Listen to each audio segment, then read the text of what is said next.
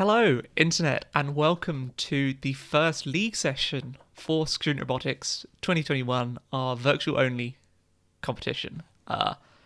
This year, very different to how we've done things before. Rather than having the league be directly on the day preceding our regular knockouts, we've spread it out throughout the year just to enforce that teams really get started and really get something delivered quickly rather than rushing everything at the last minute, right at the last of March, which I know teams do because I did it when I competed.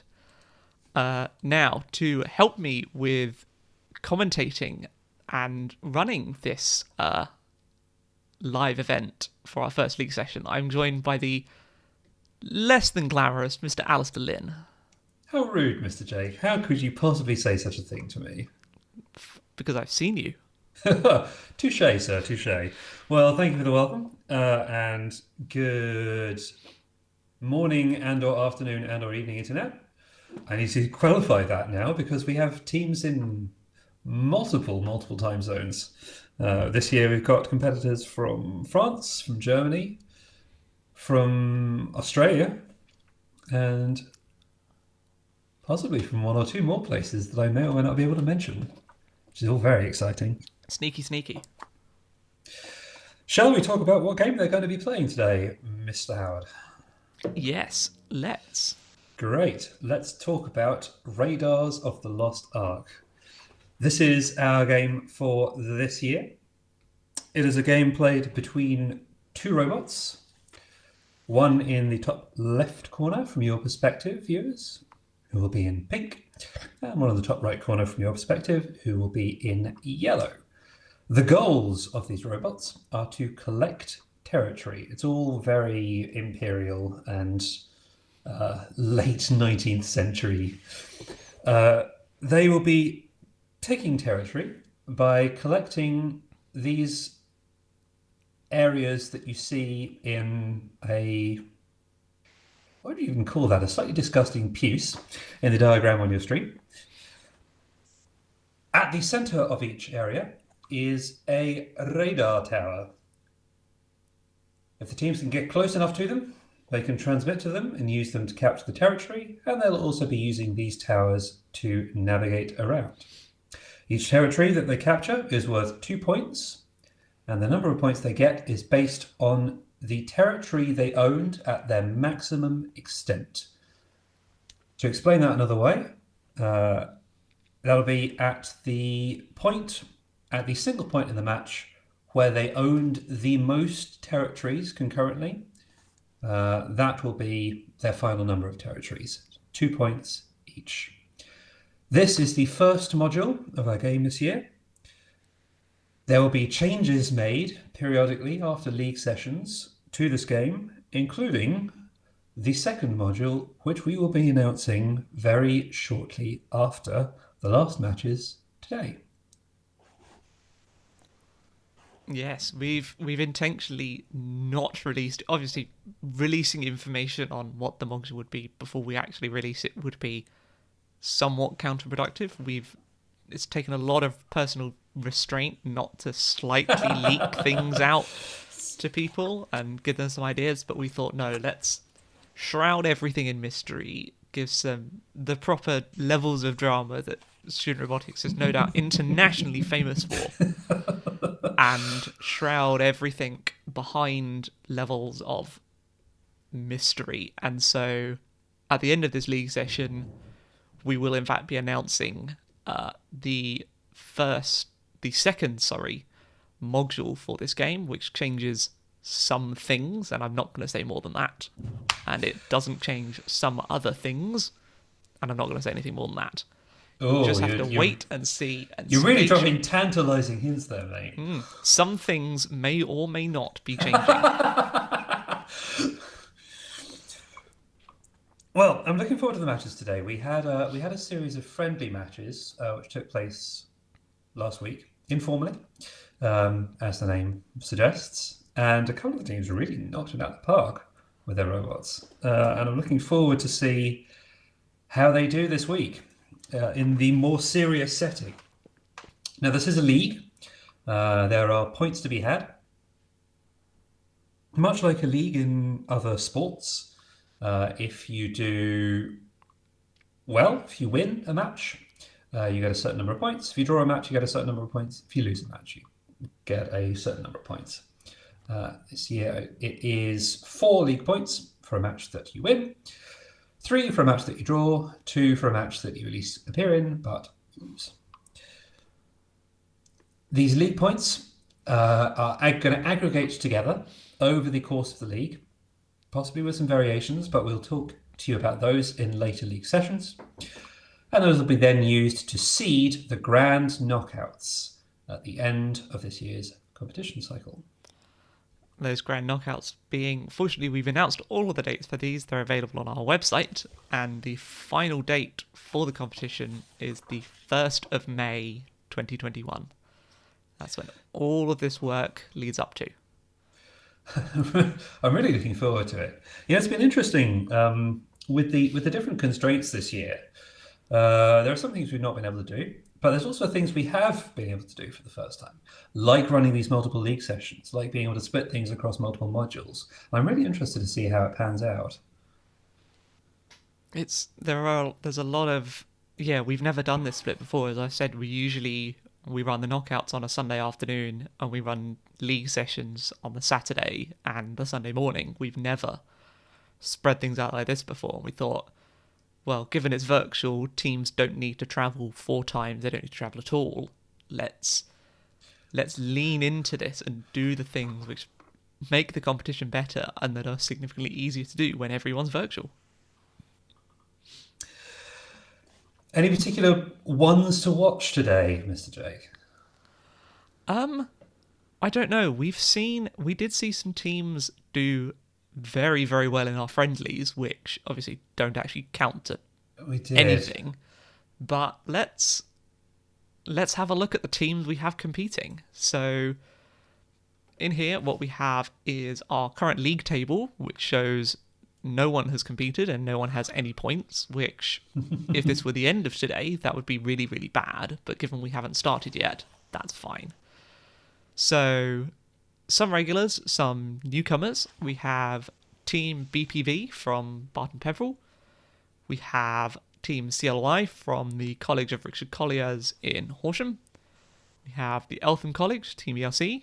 We have 4 Hills Road teams HRS 1 through 4. We have Harris Westminster 6th Form, only 1 team there. We have Team Keg from King Edward's Grammar School. We have KEV from a different King Edward's, just non-grammar school. We have Lawrence Sheriff School, Team LSS. We have our German team, Gymnasium Markt Indersdorf, Team MAI. St. Olave's Grammar School, Team 1 and 2.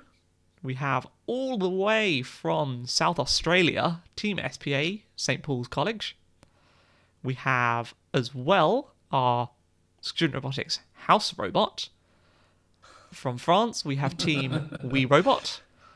And WGS, leading out at the bottom alphabetically, Wisbeach Grammar School. Now, yes, I am saying that correct. There is a house robot. We will get on to exactly what that is in its first match, which is coming up sometime later today in match sometime number later 7. Today. Everything happens sometime later today, but... Enough about match number 7. What is happening in match number 0, Mr. Jake? 0, indeed. So in match number 0, we have Team BPV versus Team CLY number 1. Let's transition over.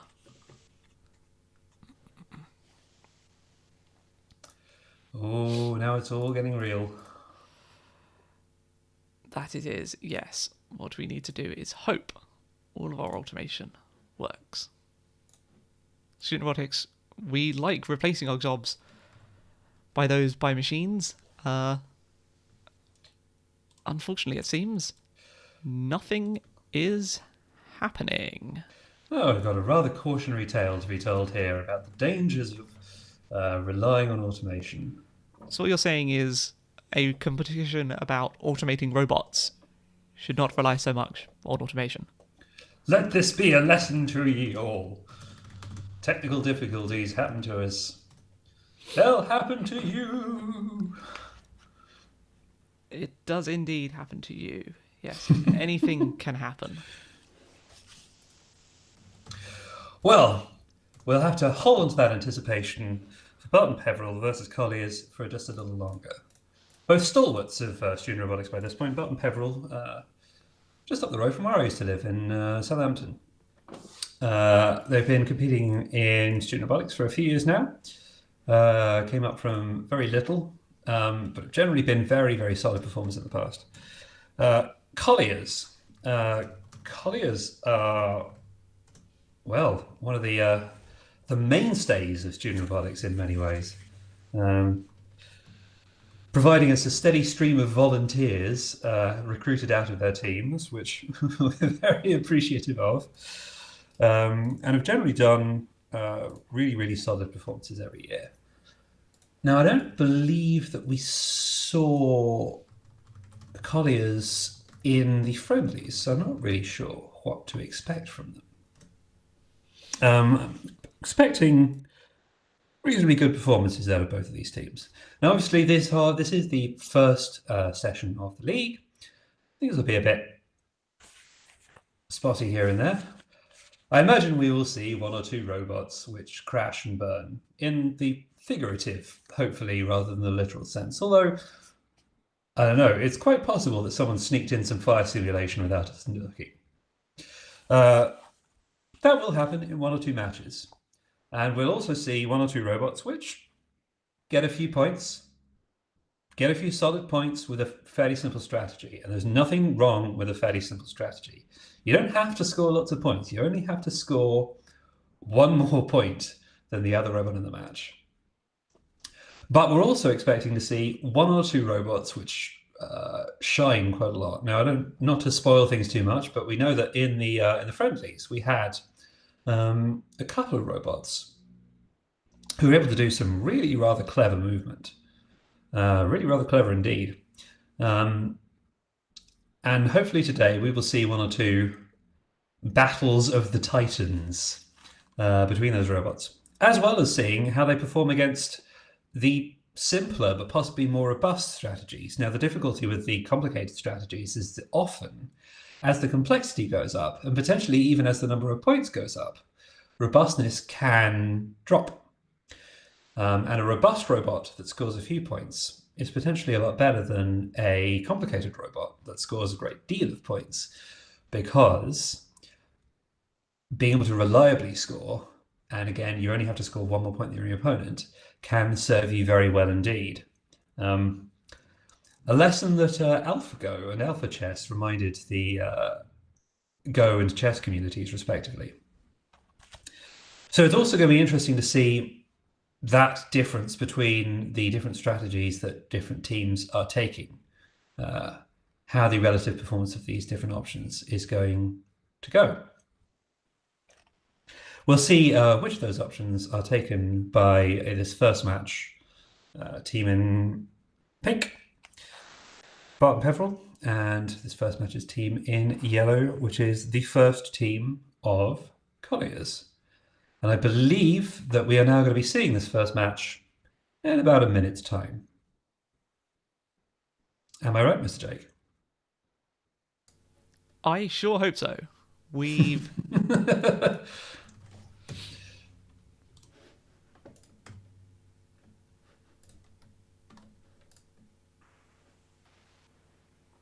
Jake's frantically debugging as I'm talking you through these things. Yep.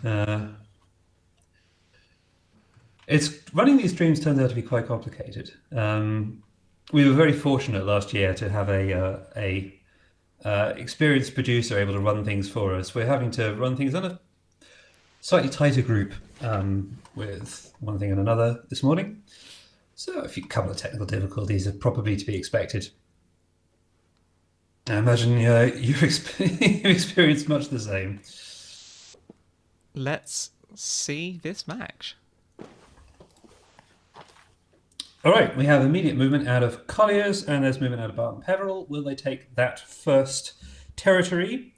Bravo Golf, Badger Neas, yes, they get it. And they back off They're lining up to get past to that second territory. Now, you've got to be quite careful navigating around to be able to dodge those radio towers. It's very easy to get stuck on the towers. They get past, they line up, looks like they're making a pass for the second territory they're taking. Echo Yankee, I Trumpeton is its name. Will they take it? Yes, they do. We're showing limited signs of movement out of Collier's one here. Looks like they may be having some technical difficulties. They caught themselves on that wall. Possibly the code has crashed. We don't know at this point. That'll be for the Collier's team to debug. They'll get the full debugging information about exactly what's happened, the black box recordings, if you like, immediately after these league sessions. Now it's a matter of seeing what the team from Barton Peveril do. They have 4 points so far in this match. It's hopefully going to be enough for them. Presumably, unless we have dramatic signs of life out of Collier's team 1, and they will win this match. Possibly getting those first 2 territories is their strategy. What do you think, Mr. Jake? Yeah, we definitely saw some reliable strategies from our friendlies around just taking the first one and doing it reliably and doing it well. We say time and time again, the simplest strategy tends to do really well. There's no point overcomplicating things if it doesn't work reliably. Do something simple, do something reliable, and chances are you'll win. Yeah, hopefully. That's look at this match. That's a solid 4 league points, even with that relatively simple behaviour out of Barton Peveril. Unfortunately, it looks like Collier's had a bit of technical difficulties with their robot over there on the right hand side. But still, a good performance out of Barton Peveril in that first match. Yes, indeed. This is much how a few of these matches are going to go. Solid performances, getting on the board. There'll be every team is having, I think, 4 appearances today. I think they are having 4 appearances today. 2 in each of the starting zones. So occasionally there are issues where teams perform differently in the different starting zones. Every team will have the same chances here. And we are now coming up next with Team ELC and the first team from Hills Road.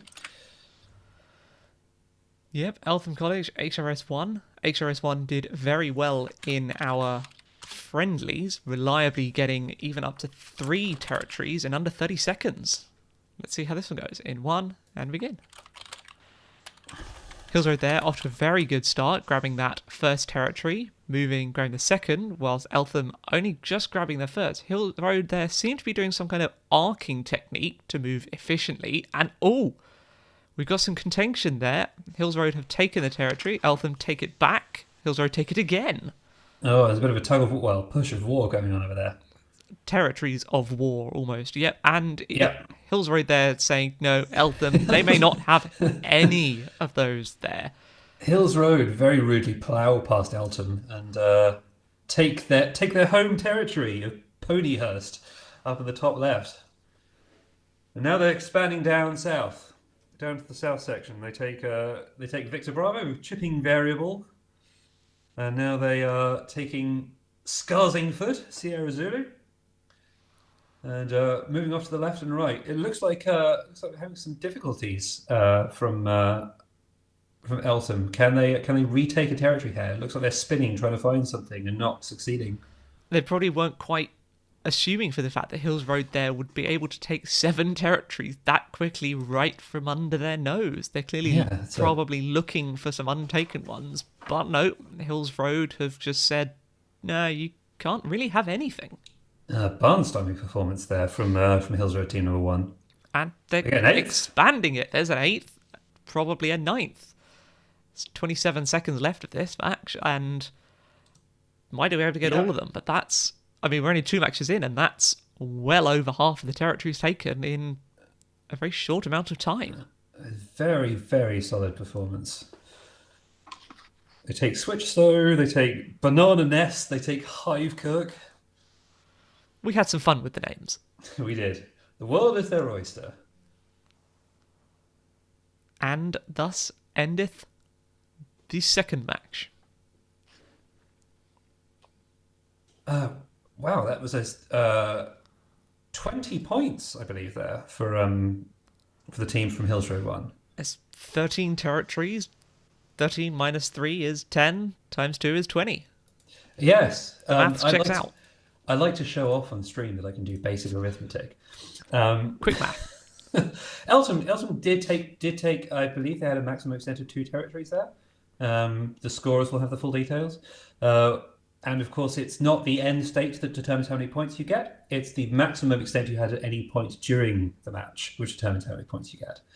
So if you had at any point 2 territories during the match, you do get 4 points, even if you don't end with any. Unfortunately, that is still a victory for that solid performance there.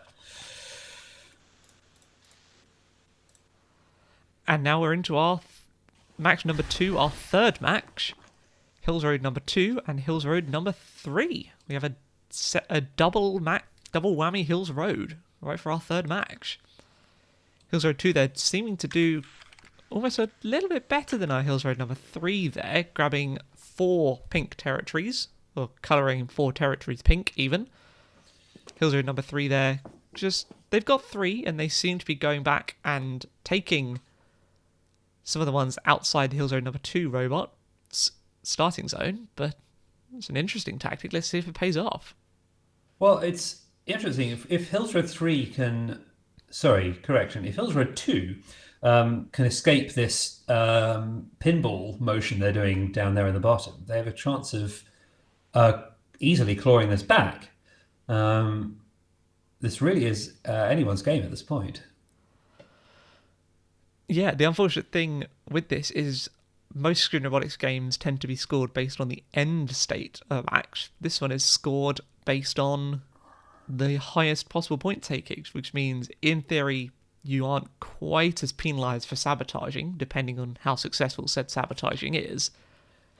But it still means that there's a lot going on, and there we have Hills Road 3 robot just taking, well, everything again. Yeah, they're doing really well. They did really well in the friendlies, and they're doing really, really well here. Did you see that interesting movement as well? Like, they got caught up on the other robot and the tower chipping variable, and they backed off and changed strategy. They're doing some very intelligent movement there. They are, which can't quite be said for the Hills Road 2 robot there, who have decided, I don't like that piece of wall. It looks like they've got caught in a slightly funny state. Like they're bouncing back and forth between that tower and the wall there. Yeah. Thus ends the match. Thus endeth the match. Truth be told, that was actually 2 pretty solid performances, even with the getting stuck that Hills Road 2 experienced there. But, yeah, Hills Road 2 there did incredibly well at the start of the match, but then seemed to deteriorate a little bit sort of as the match went on. Yeah, we'll have to see how they do during the rest of the competition. Right, coming up in the next match, we have Hills Road team number 4, another Hills Road. They'll be in pink. And we also have the Harris Westminster Sixth Form making their first appearance of the day. And they will be in the yellow corner up in the top right. Looking forward to see how they do.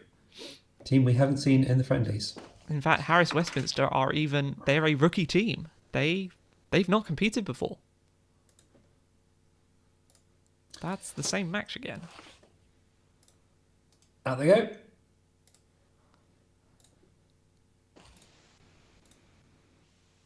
Say again? There we go. More technical difficulties, friends. Please bear with us. Right, that's going. There we go. We have Hills Road 4 in the pink, taking the first 3, and HWM1 in the yellow there, taking back a territory from the Hills Road robot there. Interesting tactic, but sure. Contention. Now, the Hills Road robots now caught behind them. Now, do they actually have... I'm not sure if those robots actually have the torque to be able to push each other, per se. They do, so long as their motors are moving at different speeds. Okay, so now there's going to be a bit of a tussle, and also a bit of a navigation problem for Hills Road Team number 4. Let's see if they can squeeze their way out of this corner and take any more territories. At the moment, they are winning of this match, of course, because they had a maximum extent of, I think, 4 territories, uh, whereas Harris Westminster had a maximum extent of 2. Um, oh, they do squeeze past. Okay, now so now the board opens up now a bit for Hillsborough team number 4. Yeah, let's see, can they move into that lower section of the arena where there are a ton of unowned territories just waiting to be taken by that Hills Road robot. There's only 20 seconds left. They don't seem to be moving very far. No, I can't quite tell. Maybe they're caught on that central radio tower in Beeston. Yeah, it's hard to tell from this camera angle. Their wheel might be caught on it, or software bugs, as we found out today, do in fact happen. Nah, they don't. There are no such things as bugs. Just unintended features. They're just unintended features. Actually, one thing I will say about this virtual competition is I do not miss from the physical competition the sound of screaming drill motors grinding themselves to pieces on a wall, shedding bits of rubber over the carpet. Yeah, that Happens every year.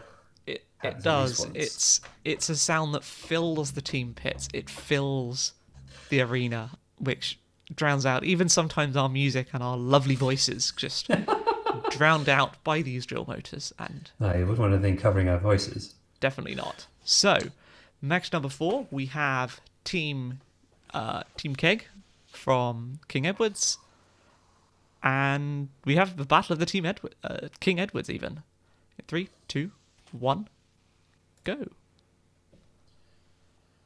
King Edward VI, apparently very angry with himself.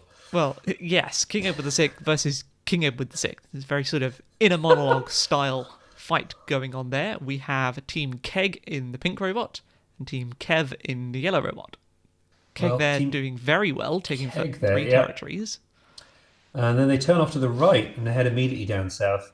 We've actually seen a lot of the robots that are able to go and collect territories immediately. So far, often going and taking the territories up towards their opponent's start zone immediately. We're seeing a bit of a different strategy here. Here they're going. It seems they're going for the ones just on their side of the arena, which Yeah. Oh, it's possibly they've now got caught or crashed. That's rather unfortunate. yeah, they were doing so well, and they're only halfway through. In theory, the Kev King Edwards could come in, take all of those back, and win. It seems no real signs of life, which is unfortunate. Yeah, but that's very unfortunate. If they do move, they absolutely can win from this point of view. In fact, with the record I saw from the friendlies last week was 7 territories in 37 seconds. I'm sure that could be beaten. Yeah, it's many territories, and I'm sure that could be beaten by a particularly determined robot today.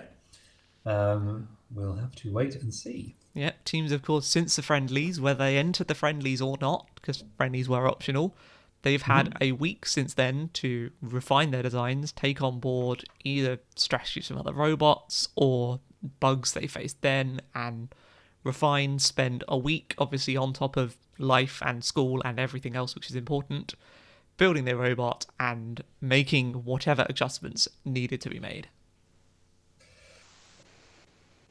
And I think that is the end of the match. Yeah, well, you get a few which have issues at the start. I mean, it's possible it wasn't issues, of course. I shouldn't rule that out. It's possible that Kev are playing the AFK strat here. It's some kind of silent but deadly almost. Psychological warfare. It's pretty sus. I really hope they're not trying to psych us out just for the sake of... I mean... Oh, yeah. It's not. It's like golf. You play the course. Well, actually, it's not like golf. You are meant to get as many territories as possible. You're not meant to... That's true. The aim of golf's an interesting game. The aim of it is to play as little golf as possible, which doesn't really make sense for a game. Yeah, it's kind of a self-destroying game. This game is not self-destroying. Yes, I'm hoping... between Lawrence Sheriff and our German team from Gymnasium Martin de Stoff. Yeah, I'm hoping this one there's a decent amount going on. These are very veteran teams. They should do quite well. Let us see. MEI, straight off the mark. Around they go. They capture Yellowware. They head down, they bypass Ponyhurst and take Beeston. No, they don't take Beeston. It looks like they were slightly out of range to be able to capture it, and they captured themselves on the wall. Ooh, it's a very unfortunate performance from our German team there. Not quite. Bit of a tragedy happening to Lawrence Sheriff though, up on the top left. Seems unfortunately they're having technical difficulties too. Happens to the most experienced teams. It's happened to us today, Jake. No, no, definitely never happens to me. You don't know what we're on about. Yeah, it seems there with just under a minute into this match number 5, and both teams don't seem to be doing anything, which isn't great. Code issues. Now the robots are equipped with bump sensors on the front, so they can determine when they're stuck on a wall if you write code to do it. It's possible that the MAI robot has crashed here.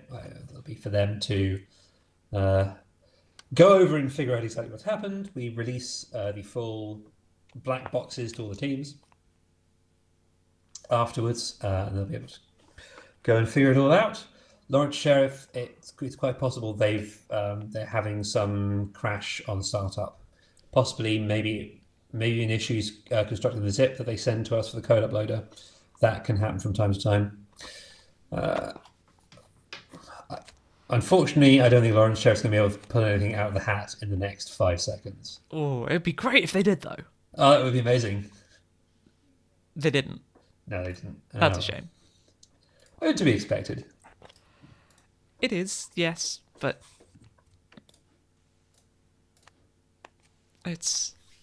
we're still very early on in the competition cycle. Our Kickstart event was the end of October, so they've only been working on these 2 months on top of lockdown, on top of school work, college work, life, whatever that is. And test your code, there's a lot to go on. Yes. Testing is important, like I say, and totally practice. So, match number 6 here is the Battle of the Sogs. We have Battle of the Sogs. We have St. Olav's Team 1 and St. Olav's Team 2.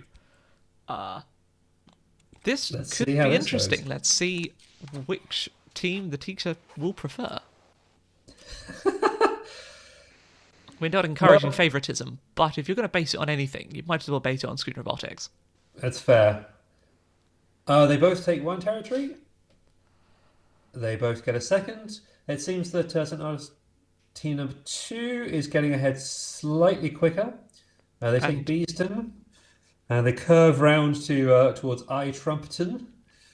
We'll see what the behaviour of team number 1 is, who take Beeston back and then immediately head south. So, like others before them, they're taking the immediate south strategy rather than capturing the other zones. And it seems like that might pay out for them, because it's not clear to me that St. Olaf's team number 2 are going to be able to navigate their way back out of that corner. Yeah, it looks like they are just stuck in their opponent's starting zone, which not the wisest place to be, but I mean, they have currently got 4 territories owned, so not too bad. Let's see, with 55 seconds, team number 1 could match and up to a tie. It goes up to a tie. It goes. It would only go up to a tie. All that team number 1 have to do now is capture 1 more empty territory, or 1 more territory from their opponents, and they will be winning this match. Yeah, unfortunately, it seems they'd much prefer to drive into our lower arena wall there.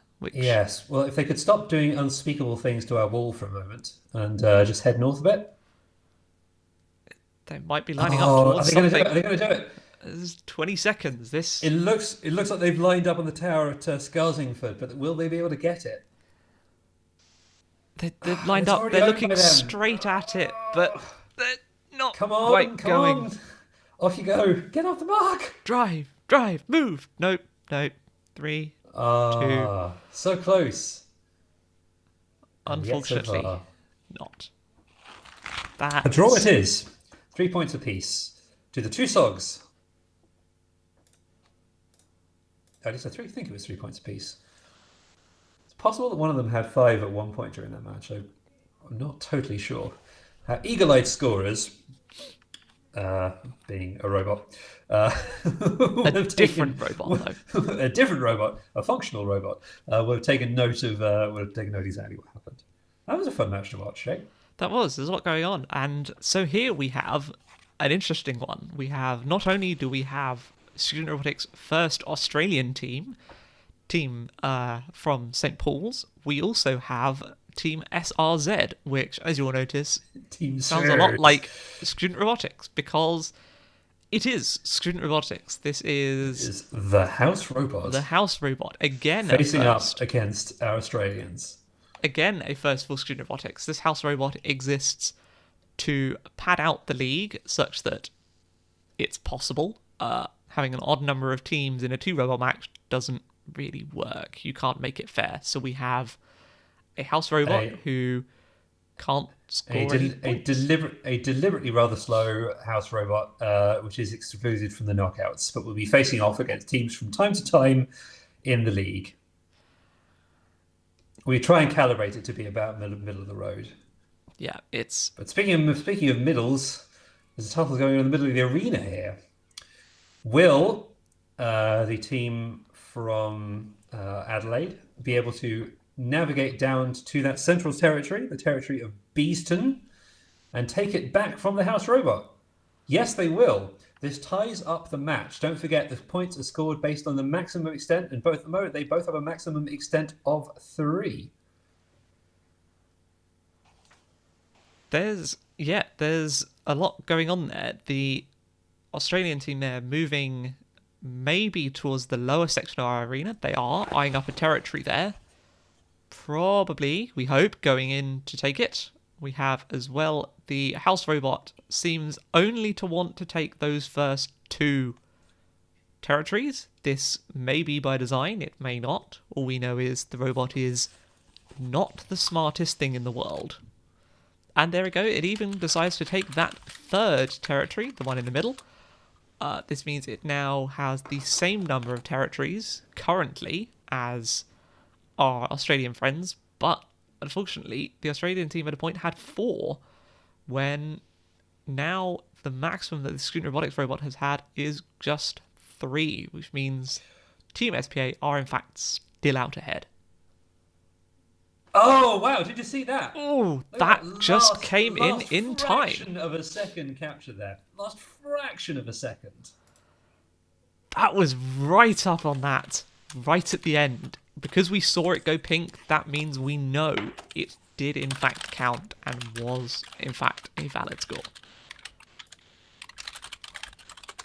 That's close. That's definitely the first close call we've had in this competition so far. We've seen some close things previously in Student Bodies, but that was right on the egg. It was very fine. It's kind of 2013 vibes to it. It does, yeah. So for those of you who weren't following, there was a famous tiebreaker that year. Yes, there was. So we move now into match number 8 between We Robot from France and Wisbeach Grammar School from, I'm assuming, Wisbeach. Seems quite likely. It does, assuming We Robots aren't from a place called We. Although they are French, so...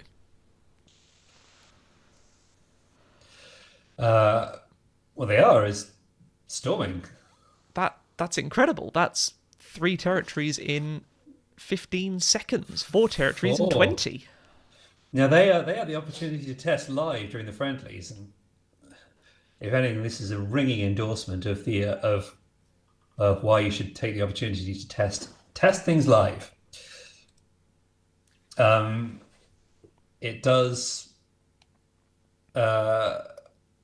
make things obvious when there are problems. You can't.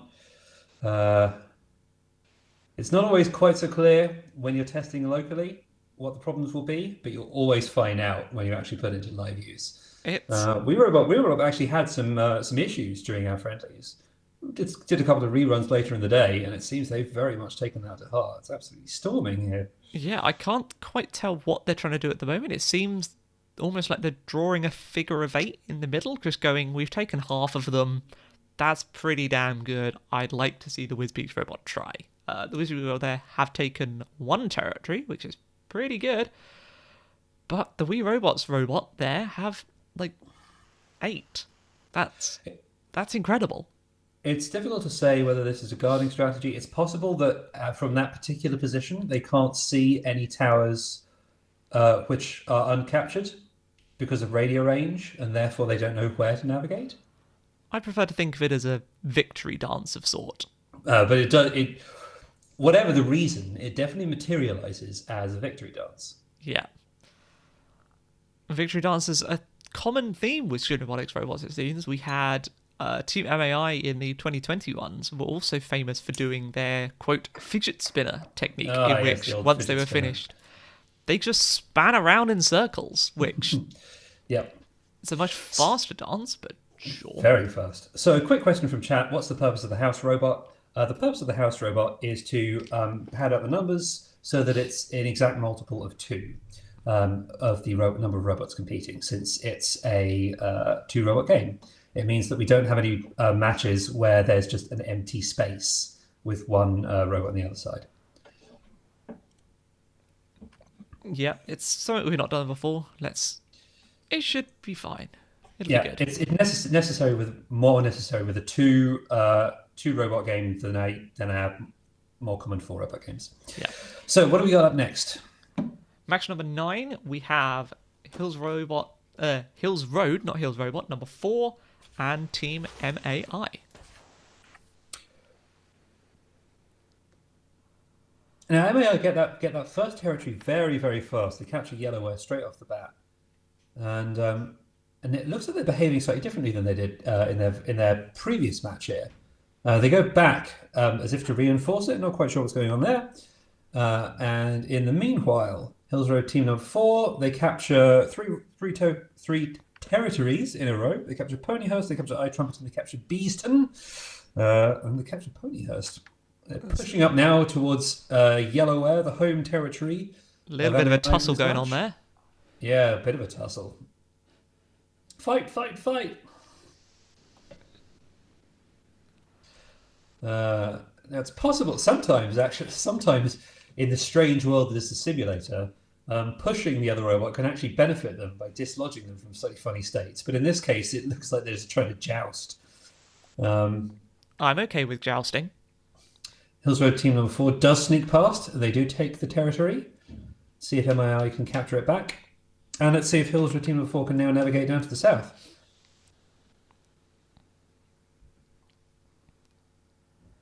We have their Team MAI taking the territory with code PO from there. Ponyhurst. Ponyhurst. They're out baying for blood. In the meanwhile, Hills Road head down south. They take Skarsingford. They take that other one. Switchstowe. Switchstowe. They take Banana Nest. Will they get up north and take Hivekirk? Yes, they will.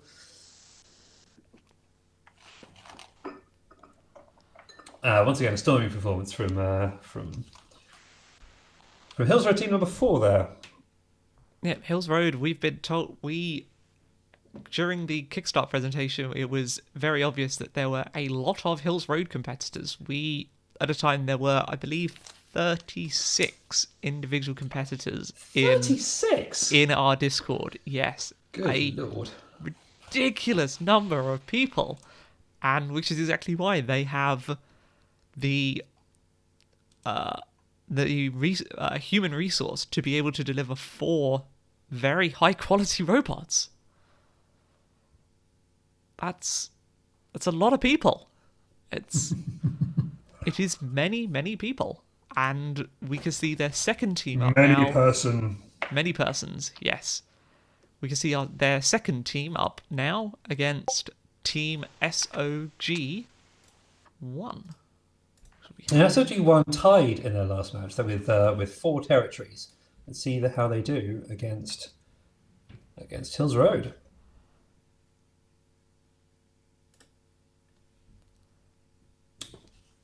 Off the line they go. Now, Hills Road are the first to claim a territory. SRG1, will they get one? Yes, they do. Hills Road 2 just slightly faster off the mark here. They head south. No, they head into a wall, then head south. Important detour there. Heading into a wall is an incredibly important part of their tactic. Now, the Hills Road robot there seemed to be doing what I did when I competed and move as quick as possible all of the time. The St. Olaf's robot there seems to be moving much more methodically and slowly, which is far from a bad thing. Robots tend to move much more reliably if they are moving that bit slower, at least in physical competitions. And I believe the same is true for our virtual ones. Well, we'll see whether the pinballing, freewheeling performance of HRS2 here serves them well. It really depends whether SRG1 can head down to the southwest here, take chipping variable and the other territories down there. Not with this tussle they're currently in will they be able to do that, but they might now. In the meantime, Hills Road 2, they get free. They head up to the northwest. They've taken the Podington, they have taken eye trumpets, and I don't know why you'd want those things, but sure, if you want trumpets in your eyes, go for it. The trumpets go in front of your eyes. They're to funnel things into your eyes, you see. It's going to be very much an uphill battle now from Team SRG1, from St. Olaf's. Olaf's. It looks like they're a bit caught on that bottom wall. They're going to have a rough time trying to claim back in the next 3 seconds. Unfortunately, they don't. They didn't quite manage. That's a shame. Well, a 3 second spin out would be quite interesting. Reminiscent of the virtual competition, slightly more hastily assembled as a result of the pandemic for last year's SR competition, had occasional physics problems where robots would be yitten into space at great velocity. It appears not to be happening this year, which is good, thanks to some sterling work from some of our volunteers and ironing out all the physics bugs. But it also makes the lack of a space program makes some of these last-minute massive claims slightly less likely. Yeah, we do. On the one hand, robots being yeeted out of the arena does make for quite a spectacle, but I'm quite hoping that the LSS and HWM robots in this match don't do that. We have, in theory, fixed all the issues, but you know. All of the issues are gone. Now, Lawrence Sheriff, they had some code issues last time. Not quite sure whether they're going to be able to put off the mark at all right now, which is slightly unfortunate, but it is what it is. Harris Westminster, on the other hand, straight out, they capture a first territory. Will they be able to go for a second? They do. They head down. And if they can make sure the antenna is in, it is. Ponyhurst is theirs. Now, it seems they're doing a very interesting tactic with their movement. They seem to be moving very, very slowly right at the end of their movement track, and slightly before it, they're moving really quickly, which gives you the benefit of moving really quickly, but then right at the end, you can do some much more fine adjustments and make sure your robot is indeed in the area of a territory, so you can reliably take it, which it seems they have. In a minute, they've taken 3 territories there. Unfortunately, now they seem slightly more interested in the wall. Let's see if they can escape the wall. That coarse movement and then fine adjustment is a classic control technique. In fact, it's actually evolved naturally in biology a bunch of times. So it's good to see it out of one of the teams here. So they're able to, as Jake said, plow on fast and then make the fine adjustments to make sure they're actually inside the territory. You actually see on the front of the robots a sort of antenna, flagpole. That's the bit that needs to be within the area around the tower to be able to capture a territory. And they're making very sure that they're just inside it there. So unfortunately, they've caught themselves out a bit now, but some very, very good movement from Harris Westminster there. Lawrence Sheriff, unfortunately, still caught up with some code issues there. We have only seen them in the pink corner so far, so we'll see if they do any better when they're up next in yellow. thus endeth match number 11. There was a lot going on in that match, mostly from one team, but a lot all the same. I get the occasional one-sided one. It's very unfortunate for LSS. Hopefully they'll be able to iron out these kinks and have something solid for the next league session. Now, of course, the league matches matter. The more league points you get, the much easier time you'll have getting through the knockouts at the end of the competition, because you'll have an easier run. Ultimately, though, it is still possible to win the competition even with very few league points. So if you do have a league session with some issues, it's not the end of the world. No, you can fix it. You can go again. Match number 12 coming up now between Wisbeach Grammar School and CLY number 1. Let's see how this match goes. Both teams at least seem to be moving. Wisbeach moving slightly more towards a territory than CLY moving towards a wall. Yeah, this happened to CLY last time, and they were in that zone as well last time. I wonder if it's a problem with starting in the yellow corner for CLY. Yeah, robots are aware of the zone they start in. For example, 0 on the left, 1 on the right. They can use this, for example, to change where they need to move, what they need to do. I'll change technique, change whatever they want, really. Wisbeach's there doing a very good job of collecting 3 territories. Moving on, deciding, their tactic seems to be go for their opponent's one rather than moving off into the lower section for yet more territories. Now they seem slightly more interested in the wall than territories. Yeah, they push themselves up against the wall. Take a wall. The walls will not move no matter how hard you try. That is not a challenge. It is. There is an occasion where you used to do that. We have occasionally seen robots make use of the walls, pushing up against them as an alignment technique. Because once you push yourself up face forward against a wall, you can be absolutely sure that you're exactly orthogonal to the wall, especially if both the bump sensors are active. So teams have used pushing against the wall as an alignment technique before, and that can work. In this case, I don't think it's that. I suspect that's not what's going on. We'll see if they can dislodge themselves in the next few seconds. It's a bit of a shame from Colliers there. We do often see a problem where teams have developed, starting in zone 0, which in this case is the pink zone, and then find that things are different and they haven't tested in zone 1. It's possible that's what's happening to Colliers. I guess it's up to them to find out exactly what's happened after this league. Yeah, our talented blue shirt, I'm not going to say army, but rabble, let's say, will be standing by and always are in Discord Discord primarily to support any questions teams have. There are a lot of us. We have a lot of knowledge on a lot of things, and we're there to help. If you have a question, the best way to find an answer is, ask the question. You can't get an answer to a question if you don't ask it. Now, moving on into match 13, we have the Team SPA from Australia against, this time, not our house robot. They are against Team WeRobot.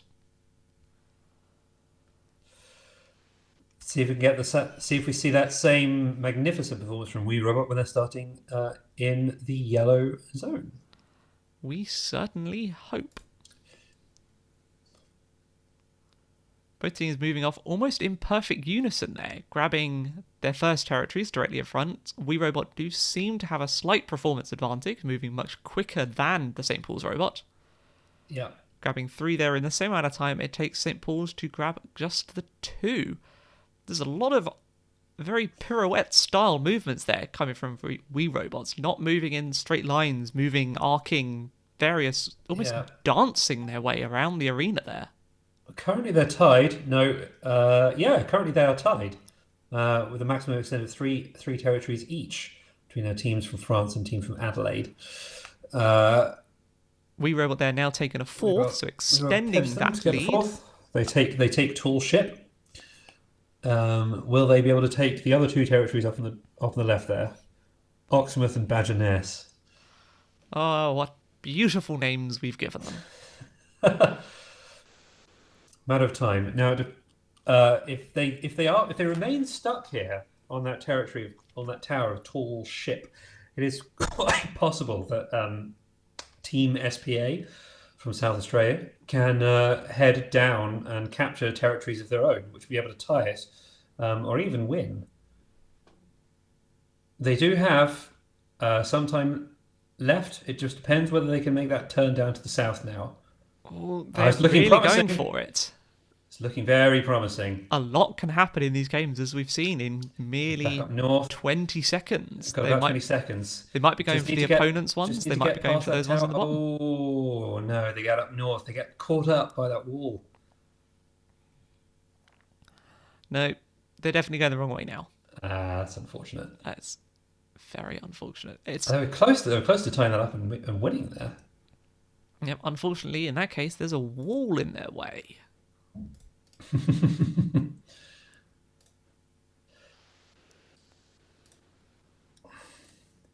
Well, it almost seems like a French team. We were there are the ones to beat. Look, They have some very interesting moving. There's a lot of, like I said, they're not just moving in a sort of digital fashion of straight line, corner, straight line, yeah, corner. They seem to be much more sort of analog for days. analog for days. Now, who have we got coming up now? So, back to number 14, we have St. Olav's, not Olaf. Olaf is a character, Olav's Grammar School, Team SOG2, and Team HRS3 being the third robot from the Hillsroad Sixth Form School up in Cambridge. Now we saw a strong performance from Hillsborough team number 3 at their previous appearance. We'll see if we can get that again. SOG2, they were up in the yellow last time. This time they're up in the opposite corner. They got 4 territories last time. Let's see if they can match that performance this time. They're actually getting out ahead of Team HRS3, which is unusual. It's quite entertaining to see HRS3 getting beat. HRS3 takes Beeston before SOG2 has the opportunity to take Ponyhurst. It looks like they're both on 3 their maximum extent right now. If they go back and forth and keep it at 3, this might still end up being a draw. Just depends really what HRS2 does now. I suppose it depends on what both of them do now. The entire match always depends. Each robot could do different things. They could take territories from other people. They could sit and do nothing, I guess. This is a somewhat valid tactic. HRS instead deciding to, nope, I'm going to take. They're now in the lead, are HRS team number 3, because they now have a maximum extent of 4. Let's see if SOG2, St. Olive's number 2, can get down south. There's the 5th. There's the 5th. They take chipping variable and they move on to tall ship. Don't manage to take it, oddly. I'm not sure if they were oddly positioned there or just decided not to take it for some reason. They take it now. And will now be heading off to the left, presumably towards Oxmouth. And they take that and head up north. Now this is the performance that we're used to seeing out of HRS team number 3. Let's see if they can claim the others in the last few seconds. It's possible they'll get over to the right-hand side of the map, to the southeast. In 1 second, that'd be moving pretty quick. Unfortunately, robots may not move at the speed of light, or some value close to it at the very least. Well, I suppose technically they could. I don't think we implement relativistic physics here. I mean, as we saw from the 2020 competition even, we don't really implement physics. Ah, yes. Yeet him into space. Yes, that is not the wrath of the god of the arena, Alistair. That is just physics meshing in funny ways. Alas, for he was Yote. He was Yote. So, Mr. Alistair, match number 15. Yes, who do we have? We have Elton in pink, and we have King Edwards, KEG from Chelmsford. They will be in yellow. Now, against the other... hang on. Yes. see how cakes do. They did reasonably well last time around. Let's have them match up against Elton. Elton did reasonably last time. Currently, cakes are in the lead here. See if Elton can head down south, navigate down to collect Beeston. If they can do so, they'll tie it up. No, they don't quite get there in time. Instead, because timing matters quite a lot here, because it's not end state scored, it looks like Kegs are now heading down. Now we're seeing the Battle of the South, because Eltham have actually made it down into the southern section of the arena and are now contesting the territories in the southwest. Directly there, let's see if Kegs. Unfortunately, they've just driven past that territory that the Eltham College just stole from them. Didn't claim it back. They didn't think, oh, let's just check if that territory is no longer mine. This is going to be a very, very close match. Yeah, it seems Eltham just hanging slightly behind Keg time-wise, but just as soon as King Edwards take a territory, they're in there taking it for theirs. I mean, it's a tactic.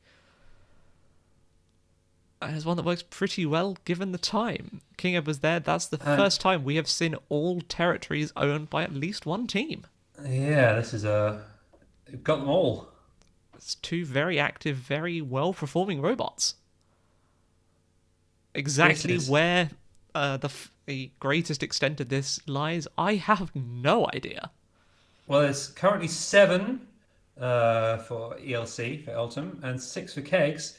If Kegs can take this one at the last minute, I think that might be the deciding factor in this match. They do. They do, and so I decide to think have a tussle at the end. I believe that was a tie with 14 game points apiece. Oh, that was a very high-scoring match. Yeah, a lot happened there. Yeah. A lot of surprises out of Elton. And Kegs, what a performance. It's out of nowhere. I mean, that's quite a substantial difference from their previous appearance. Match number 16 coming up very shortly. We have Team King Edwards versus, well, one of the King Edwards at least, versus HRS number 1. We have 4 HRS teams even, and 2 very different King Edwards named schools. Let's see how this goes. So we have Team HRS 1 moving very quickly off the line there, grabbing 2 territories in under 10 seconds, making 3 there very quickly on. Grabbing the ones directly outside the King Edward starting zone before the King Edward robot has even moved. We can only assume they must be having some technical issues. Yeah, this happened last time to King Edward the Sixth. If you remember in that King Edward's versus Kegs battle we had earlier on, they had the same issues. They got stuck early on. HRS1, on the other hand, having no issues at all. At Devaria, we're seeing what the full extent of the King Edward's robot can do. Unfortunately, it seems they may have just slightly missed that tower there. Not quite either being in range of it. Yeah, that was odd. It was a rare misstep from and again there, another misstep. Although lining up and have now taken it. We can see this in this match they're running almost unopposed there with the King Edward's robot not really moving. We're able to see the full extent of the functionality that this Hills Road robot can achieve. Some odd navigation to get out of the bottom right-hand corner there. And once again, they miss Switchstone. I'm not quite sure what's happening there. They head on over to the south, to the southwest. That was very close. That was almost that could have been the first time we saw every territory being simultaneously claimed, a maximum possible score by a single robot. But unfortunately, we didn't. They are still yet to grab Oxmouth, Bagginess. They take Oxmouth. They might get Badginess. I doubt they'll get switched out at this point. Yeah, that would be quite a move. They'd have to move very quickly, which they don't appear to be. Oh, or maybe I spoke to... Nope. No, they No, don't. they did not. Oh, still, that's quite a performance from Hills Road Team Number One. That's a very good performance. That's still, what, 1, 2, 3, 4, 5, 6, 7, 8, 9, 10, 11 territories taken out of a possible 13. That's got to be the best performance we've seen so far. Yeah, I think it has been. Of course, important reminder: you only have to score one more point than your opponent. So a storming performance like that's great. It gets you lots of game points. Makes commentary Uh, simple. still only the same number of league points as if you squeak to victory. Who have we got up next, Jake? We have the Screen Robotics robot versus Team Barton Peveril, a veteran team from Screen Robotics, competing longer than I've been around, which isn't necessarily a huge amount. Pebble was, I think, first year 2013. Yeah, stalwarts. So we have the Screen Robotics robot up there in the left-hand side, grabbing their first territory. Unfortunately, Barton Peveril very slow to move off the line there. It almost looks like they're having traction issues with that wheel, but Yeah, these are the same robots. They are. It's a very, very measured movement from Martin Peville. In fact, that's exactly what we saw from them in the other corner in the very first match of the day when they were up against Colliers. They've now decided to wedge themselves on the wall there. Yeah, that right-hand wheel appears to be off the ground. Pretty firmly wedged there. I'm not sure how they even managed to do that. As it turns out, they can talk the talk. That's a pun. Just to clarify.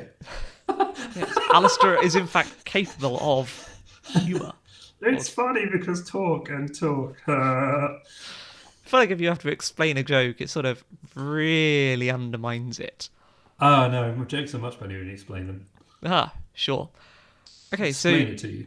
we have there the SR robot there, great, taking 3 territories, and unfortunately, just before the Barton Peveril robot wedged themselves onto that centre triangular wall, they were only able to grab a single one, which means in this match, at least, the greatest number of territories owned is by us. What's the by us? Does the house robot have a name? Yes, SRZ. Sirs. No, we are not. We believe much more in the cattle versus pets analogy for naming electronic devices, so it is just Sirs. It's an obscure DevOps reference for you, friends. With that said, somewhat topical, somewhat typical, given that SIRS does sound a lot like SARS, which is somewhat unfortunately timed. It's a very unfortunate name, actually. Yeah. But that's fine. Pandemonium. Okay, who we got next? So, coming up in Moving swiftly on. Match number 18 here, we can see we have Team HRS3 from Hills Road and Team LSS from Lawrence Sheriff. I'm gonna make a bet on this match, Mr. Jake. I'm gonna make a bet. Excellent. In front of all of the internet, please do go on. Yeah. I'm gonna bet that Lawrence Sheriff still has technical issues and doesn't move, and I'm gonna bet that Hills Road gets 20 points. So you're thinking they collect 10 territories? 10 territories. That's my bet. Right. Don't let me down! Please let him down. I mean, we didn't wager this, so anything could happen. Lawrence Sheriff... Not moving, you might be half right on this one. Unfortunately. Got the same issues, so yeah. I mean, I feel like... Well, I tell you, man. Yes, but you still lost. So that's fine. Let's see now. Lawrence Sheriff, unfortunately, clearly still having technical issues. What that means, classes are, because teams can't resubmit their code in between league sessions, that means if they have an issue in the first one... Sorry, between league sessions they can, not between league matches in a session. Yes. After today, teams are very much free to submit and make changes to as much code as they want. Now, the Third Hills Road robot team there have taken a grand total of 6 territories there, somewhat short of the 10 there. but that is still quite a feat. 16. Come on, Hills Road.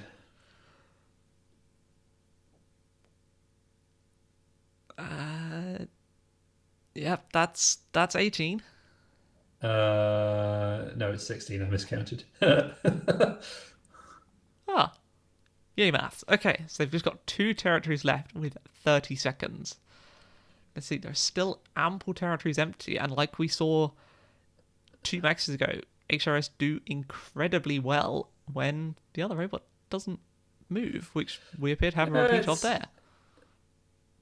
Relatively straightforward to win. Now, come on, take That's this one 18. and then take this one and then break horribly. 20. I think 1, 2, 3, 4. 10. That's 22. Why do you do points. this to me? So unfortunately, Alistair shot slightly too low there, almost underestimating the might of Hills Road there. That was a performance. They take every single territory except Yellowware there. That's definitely the greatest extent there, seconded only by a different Hills Road team just a few matches ago. Hills Road are doing very well here. I wonder if Hills Road are doing internal friendlies. Given there's enough of them, they'd almost be silly not to. That'll definitely give them an advantage, because testing your code in production against other teams gets you a very long way very quickly. Testing, very good. Would recommend. Yes, test good. Who have we got? We got Gymnasium Markt Interstorf against St. Olaf's team number 1 coming up. Gymnasium Markt Interstorf will be in magenta, and St. Olaf's will be in yellow.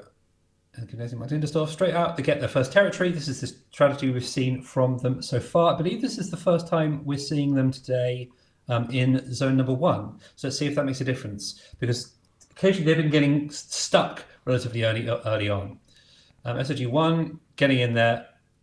And they take a third. MAI tie it up again.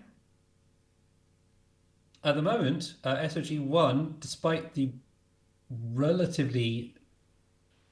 No, I was going to say they're winning, but they're not, because they missed out capturing I Trumpeton there, which means we've now got a 4 territory maximum extent for MAI, who seems to be doing rather better when they're in zone 0. Something testing. Yeah, unfortunately, when we build the leagues, we randomize as to exactly which starting zone you are in. Just because there's 4 doesn't necessarily mean it's half and half. Actually, mate, it does. Ah, yeah. Apparently, it does. You start you'll have exactly 2 matches in zone 0 and exactly 2 in zone 1. Ah, okay. So that means MAI will have 2 really good matches and then 2 just good matches. Well, they've already had their 2 matches from the yellow zone, and they're delivering quite a performance here from the other start location. And they capture Hivekirk as well. It looks like we're going to have another match where every single territory is captured. Yeah, that's 10 territories there for Team MAI and just 3 for St. Olaf's. Yeah. So now it's team number 1. In fact, I just had a look. MAI will be ending the day, but the last match of the day is also going to be MAI, and they'll be against St. Olaf's team number 2 in that match. Let's see if team number 2 can avenge their fallen comrades. Yes. So that'll be one to look forward to. In the slightly shorter term, though, we have match number 20 to look forward to, which is Kegs. Who've been performing very well. They're actually 5th in the league right now, against SOG number 1. No, correction, not against SOG number 1. They'll be against Hills Road team number 4, who are in 3rd in the league. So this is actually 2 quite high-performing robots, which we're about to see in this match coming up. They are, yes. It seems somehow that the top 3 positions of the league are currently taken by 3 Hills Road, yes. And then joint 3rd place is Hills Road number 4 and Team We Robots. Hills Road number 4 we're seeing in this next match.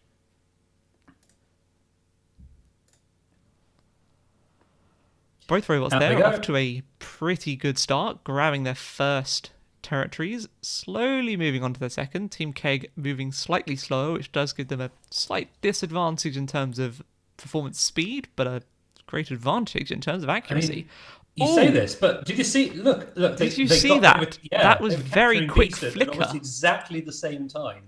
It's there's almost an advantage for the slow robot. Also, what makes things interesting there is technically at the moment, It's a draw. their greatest extent was a draw for a Yeah, brief second there, probably hundreds of milliseconds. Team Cakes did have yeah, that central one. Unfortunately, now less so. HRS4 have upped their lead to 5, but yeah. still, great And it's job possible. there. It is possible for Kegs to claim this back. It depends how quick HRS4 are at getting down south. Um, and look, Keg were down to 1 against 5 there, and now they're up to 4 against 5. Or yeah, there 4 There you go, against there's 5. 4. Um, this is still very much possible for Kegs to win this, depending on what HRS4 do. HRS4, they're making HRS4 that. do get up to 6 there for their maximum extent. They do, but it Um, looks like Kegs moving north. They might be yeah. deciding to go for their opponents. That might be their tactic. It seems Well, they've started with the 3 at the top, moved yeah. to the southern ones, now going for their opponents. 6 is the extent for them to beat. They do technically have enough time. Right, 7's now the extent to beat. This is now looking rather harder for Kegs. Hills Road there might be going to make it for 8. Kegs. And it's 8. Yeah, I don't think they can. I don't think it's possible for them to win in this time, unfortunately, given They how long it takes to capture a territory, they which is also about 2 seconds. appear to be wedged on the arena wall Yeah. there. That I don't know how that happens. The wheels are not that large. But See, that was interesting because that was actually quite even for a while there between Kegs and Hills Road 4. especially towards the beginning, yeah. But then Hills Road 4 were able to take that advantage as they got down south and capitalize on that. So it kind of snowballed from there. A quick point to everyone about the league. The league positions are up on the website. You can go and have a look right now. It's a slightly misleading indicator because the pack is still very bunched up and because teams have had different numbers of matches at the moment. But it will give you a picture of roughly how everyone is doing. The website already also has the schedule and full details about what the scores were in various matches. Speaking And of upcoming matches, let's move now into match number 21 between Team CLY1 from Colliers and our Australian friends St Paul's College Team SPA.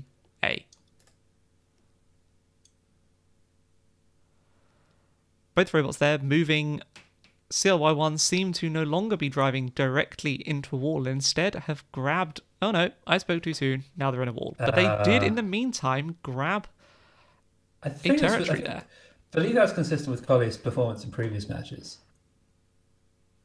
It is, yes. Now, I don't believe they always drove into a wall after grabbing the territory, so it might be something to do with being in a different zone. I think it is because both their previous matches were in the top right. SPA possibly also having similar issues because they previously were in. They've had 2 matches starting off in zone 0 in the pink corner. This is their first match in the yellow corner. So, important lesson to any competitors watching at home: test your code in both zones. This is a classic issue, happens every time in student robotics. But you are going to start sometimes in one zone, sometimes in the other. You need to be able to deal equally with both situations. So look at this match. As a cautionary tale, Collier's there. They've got some minor technical issues after claiming their first zone. Again, you only have to claim 1. Now, it looks like St Paul's there are trying St. Paul's, to go they for that might territory. be able to tie this up. They unfortunately weren't in range at that point when I'm assuming what they were trying to do is grab it. They might be able to line this up. They've got about 15 seconds left. Yes, they get it. They tie it up. So that's now 3 glee points apiece. And it's technically possible for them to take the win at this point, but unfortunately it looks unlikely. And they finish right back where they started. Yep, there we go. Coming home right at the last minute. So that's a tie. That's one territory apiece, 2 game points apiece, 3 league points apiece. How very pleasingly symmetrical. That is satisfying. 1, 2, 3, 1, 2, 3. sequential, symmetrical, Yep. all of the things. All of the above. We like that kind of stuff. We We're like very things sad. predictable, patterned, very safe. We're not going to get very much safe in this next match because we've got Hills Road coming up again. Hills Road #1 versus Barton Peveril. 2 robots do quite well. Yeah. Barton Peveril have been having some issues. They have been scoring points. We'll see how they do against Hills Road team #1. Remember, it's Barton Peveril up in the right, in the yellow. Off they go. Hills Road team #1 straight in. They capture 2 territories. They capture Ponyhurst and I Trumpeton. They get Beeston as well. Barton Peveril out there. They get Yellowware in the meantime. Hills Road team #1 take the entire top V and then zoom off towards to go and conquer the south. They finished the top and had to stop. They take Chipping Variable, they take Skarsingford. They're presumably now going to go into the southeastern area. They do. They take Switchstow or line up to do it. Yes, they do. Angle themselves. Will they back out? Will they go and take the other side? No, they go and take the full advantage of that bottom right section. They take Banana Nest. They head up to take Hivekirk. They get it. And this is all within the first minute. There's a minute left. There's only 3 territories left. We're looking like this is going to be the first one where one team takes all of them. It's looking almost a dead cert at this point. Unless they get stuck in the wall or put their wheel onto it. Unfortunately, not quite in range. Now they are. Let's see. There it is. There we go. They complete the set. They get the maximum possible game points. All territories owned by Hills Road #1. Every single territory owned at the same time by Hills Road team #1. You can't do better than that. That is a hell of a performance by Hills Road. Now, of course, they have to go on patrol because you can't tell. The robot can't tell at this point that it owns all the territory. And it looks like it's actually making some navigation mistakes here. It's ramming the wall. I'm assuming it might think it's slightly further to the right than it actually is, trying to move into the north to probably double check they are still there, and it just doesn't know. And that's quite the performance. Of course, we may see this match next time because the upcoming match is also going to be a doozy. We have Wii Robot coming up, as well as Eltham. Eltham have been doing okay. They've got 18 game points in total so far. Events have conspired to put them not so well in the league, but that's the way the cookie crumbles. Wii Robot, on the other hand, we've seen a mighty good performance from them. Be interesting to see whether they can match that every single territory claimed at the same time performance from the last match. From their starting position up in the top left in glorious magenta. With 2 robots performing like this, I'd be surprised if we get quite the monopoly like that, but we're going to see quite some contention around territories right now. Unfortunately, the Eltham robot there, again, moving slowly. Hills robot, that's Wii Robot even, do seem to have the speed advantage on their side, moving very quickly, taking 3 territories, making it 4 in just over 20 seconds. Even up to a 5 now. Eltham seem to be going more, again, their tactic of moving, hanging slightly further back, almost moving behind the other robots and just picking up everything they left off. It's not the most glamorous of tactics, no. They've not necessarily doing a lot of work for themselves, but it's a tactical the same. Wii Robot now seem to have got stuck on one of the territories, whether it's a crash. Yep. We've actually seen a couple of robots get trapped in that territory very specifically. Tall Ship, it's called. In the meantime, Eltham going and ploughing on down at that bottom right section. Looks like they might be able to. We might in this match see every territory taken at the same time, not by the same robot, but you might see them all taken at the same time if Eltham can navigate their way out of that bottom right section. I mean, they might be stuck there, but they're at least scoring a large number of points. Like, that's 7 territories there, giving them a total of 14 points. 14 game points, to be specific. I believe that puts them in the lead for winning this match. See if they can. Oh, they navigate out. They might be heading up to take chipping variable. Or head back in. Off We Robot. This is actually quite an upset. That is. They're just going now. That's a pretty solid lead there against the Wii Robot there. It seems to have just stopped, rather unfortunately. That's really solid performance from... not quite what we want to see this late in the league. Really solid performance from Eltham there. They were unfortunate in how their matches fell in the first couple. So despite scoring quite highly, they didn't get as many league points as they might have liked. However, that would have given them quite the boost. Match really number 24 coming up now. We have the third appearance of our house robot, Team SRZ, which I'm not going to say out. Sure. And the Wisbeach Grammar School robot, Team WGS, in the yellow. This could be quite an interesting match. Let's see how it goes. So, both teams off SRZ, they're moving very slowly, probably so it's representative. We have Wisbeach there grabbing that first territory, turning sort of in the wrong direction, forgetting walls do in fact exist and you may not drive through them. The Screen Robotics robot there moving towards its second territory, nicely grabbing it. Very well done to the volunteer who wrote that. I can say that confidently because I know it wasn't me. It also wasn't Alistair. I'm not just tapping myself on the back. I'm not quite that egotistical. Cobbled together quickly. Yes. We try and calibrate it to be roughly a middling performance robot. So it's fair to compete against. Yeah. Wisbeach there, unfortunately, they're just still driving into that wall. It looks like there's still a little bit of signs of life, but they're not quite facing in the right direction. I've got a suspicion about what's happening with Wisbeach there. Do tell. I think they're picking up the signal from the Hivekirk Tower.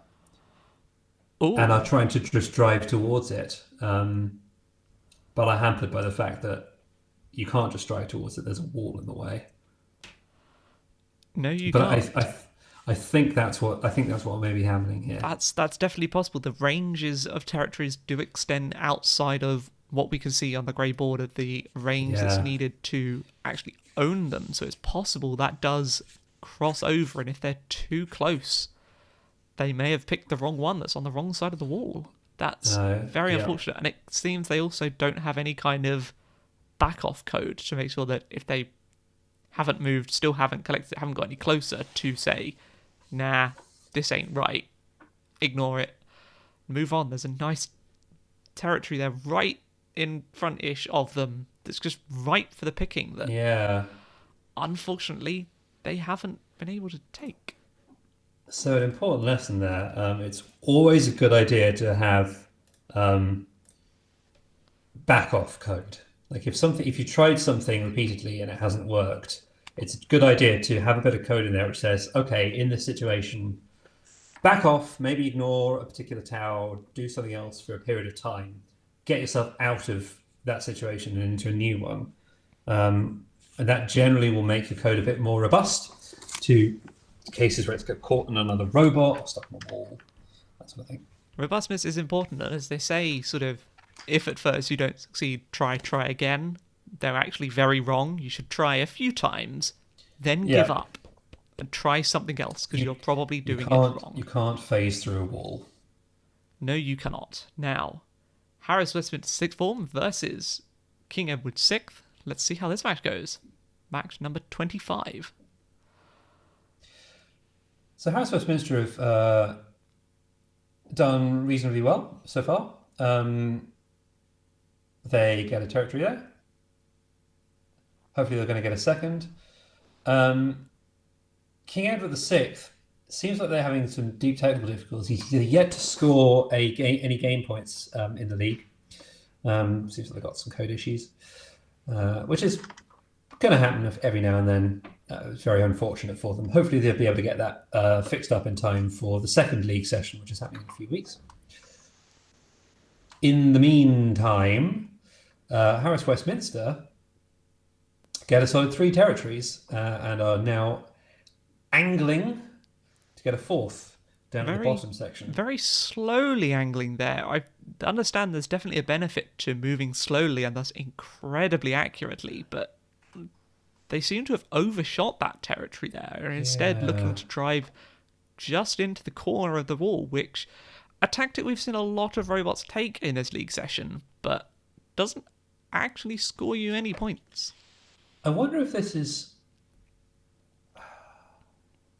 I wonder if that's a body blocking strategy here.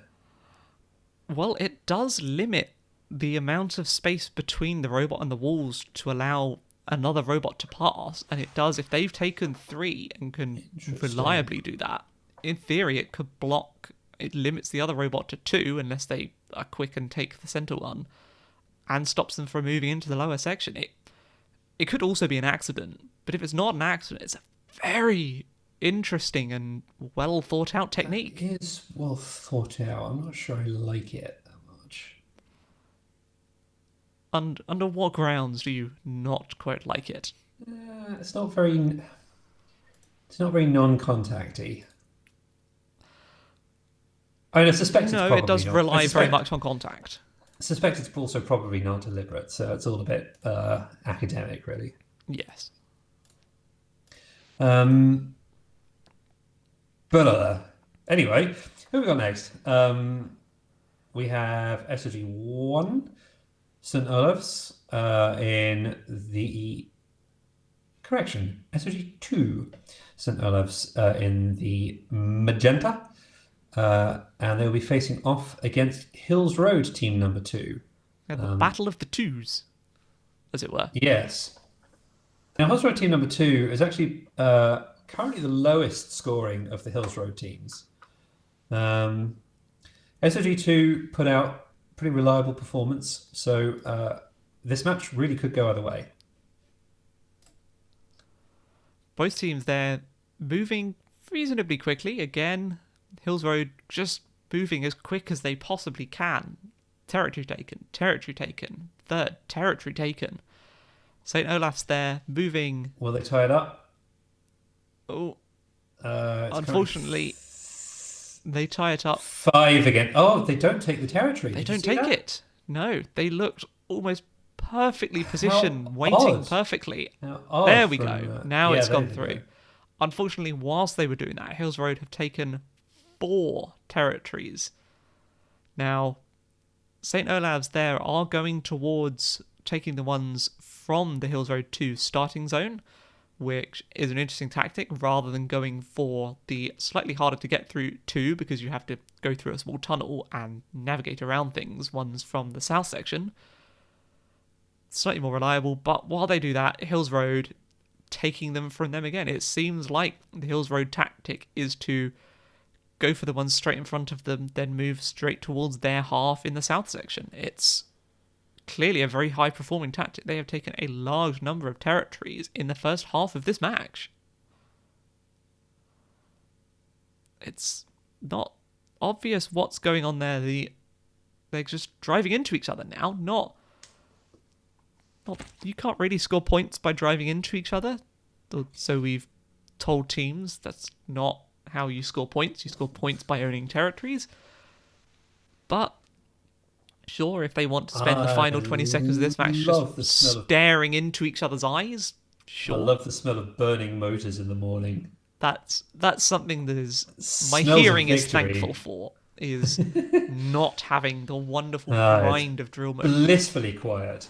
Now, we were back when we were originally developing the simulator, we were thinking, should we add some sound effects? And adding drill motors was definitely up there. Drill motor sounds are... It just makes everyone feel at home, No. even if it does slightly infuriate Alistair. And by slightly, I mean very. But, Yeah, that's just why a I'm little here. bit. Right, who have we got up next?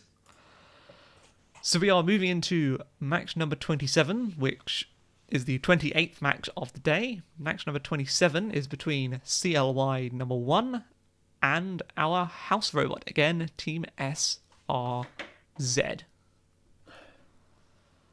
Now, unfortunately, Hills Road... I can't talk today. Yes, match number 27, Team Colliers versus House Robot. 5 seconds till we begin. So Colliers, previously what they did was they went and got one territory and then kind of went into a wall. But previously what they were doing was getting the first territory outside, which is Ponyhurst for in Zone 0. This time they've bypassed it, gone straight for Eye Trumpeton. Let's see if they do any better this time. It seems like the things may be slightly more in their favour today. It looks like they're lining up on Beeston. I'm slightly more concerned as to what exactly our robot's doing. It's driving into the territory there, just constantly driving, not trying to take it, just sat there, maybe letting the Collier's robot go ahead and take that center territory, although still they've forgotten about the one outside, just immediately outside their scoring zone. Yeah, and with that SRZ robot there, I'm definitely glad there's no drill motors, because they would be loud and slowly burning through the carpet of our arena.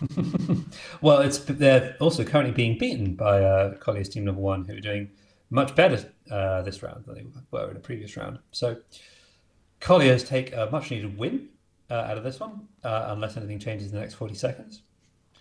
Go Colliers. Go Colliers indeed, although... You can't say that. I mean, I can say that, just because I went there. I can say it. He's biased. Don't listen to him.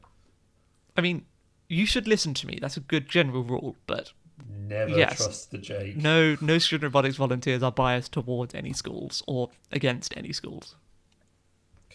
We very strict on that. Just breaking humour for a second. We are professionals. Yeah, we are professionals. Okay, no, that's... Never I can't say that with a straight face. No.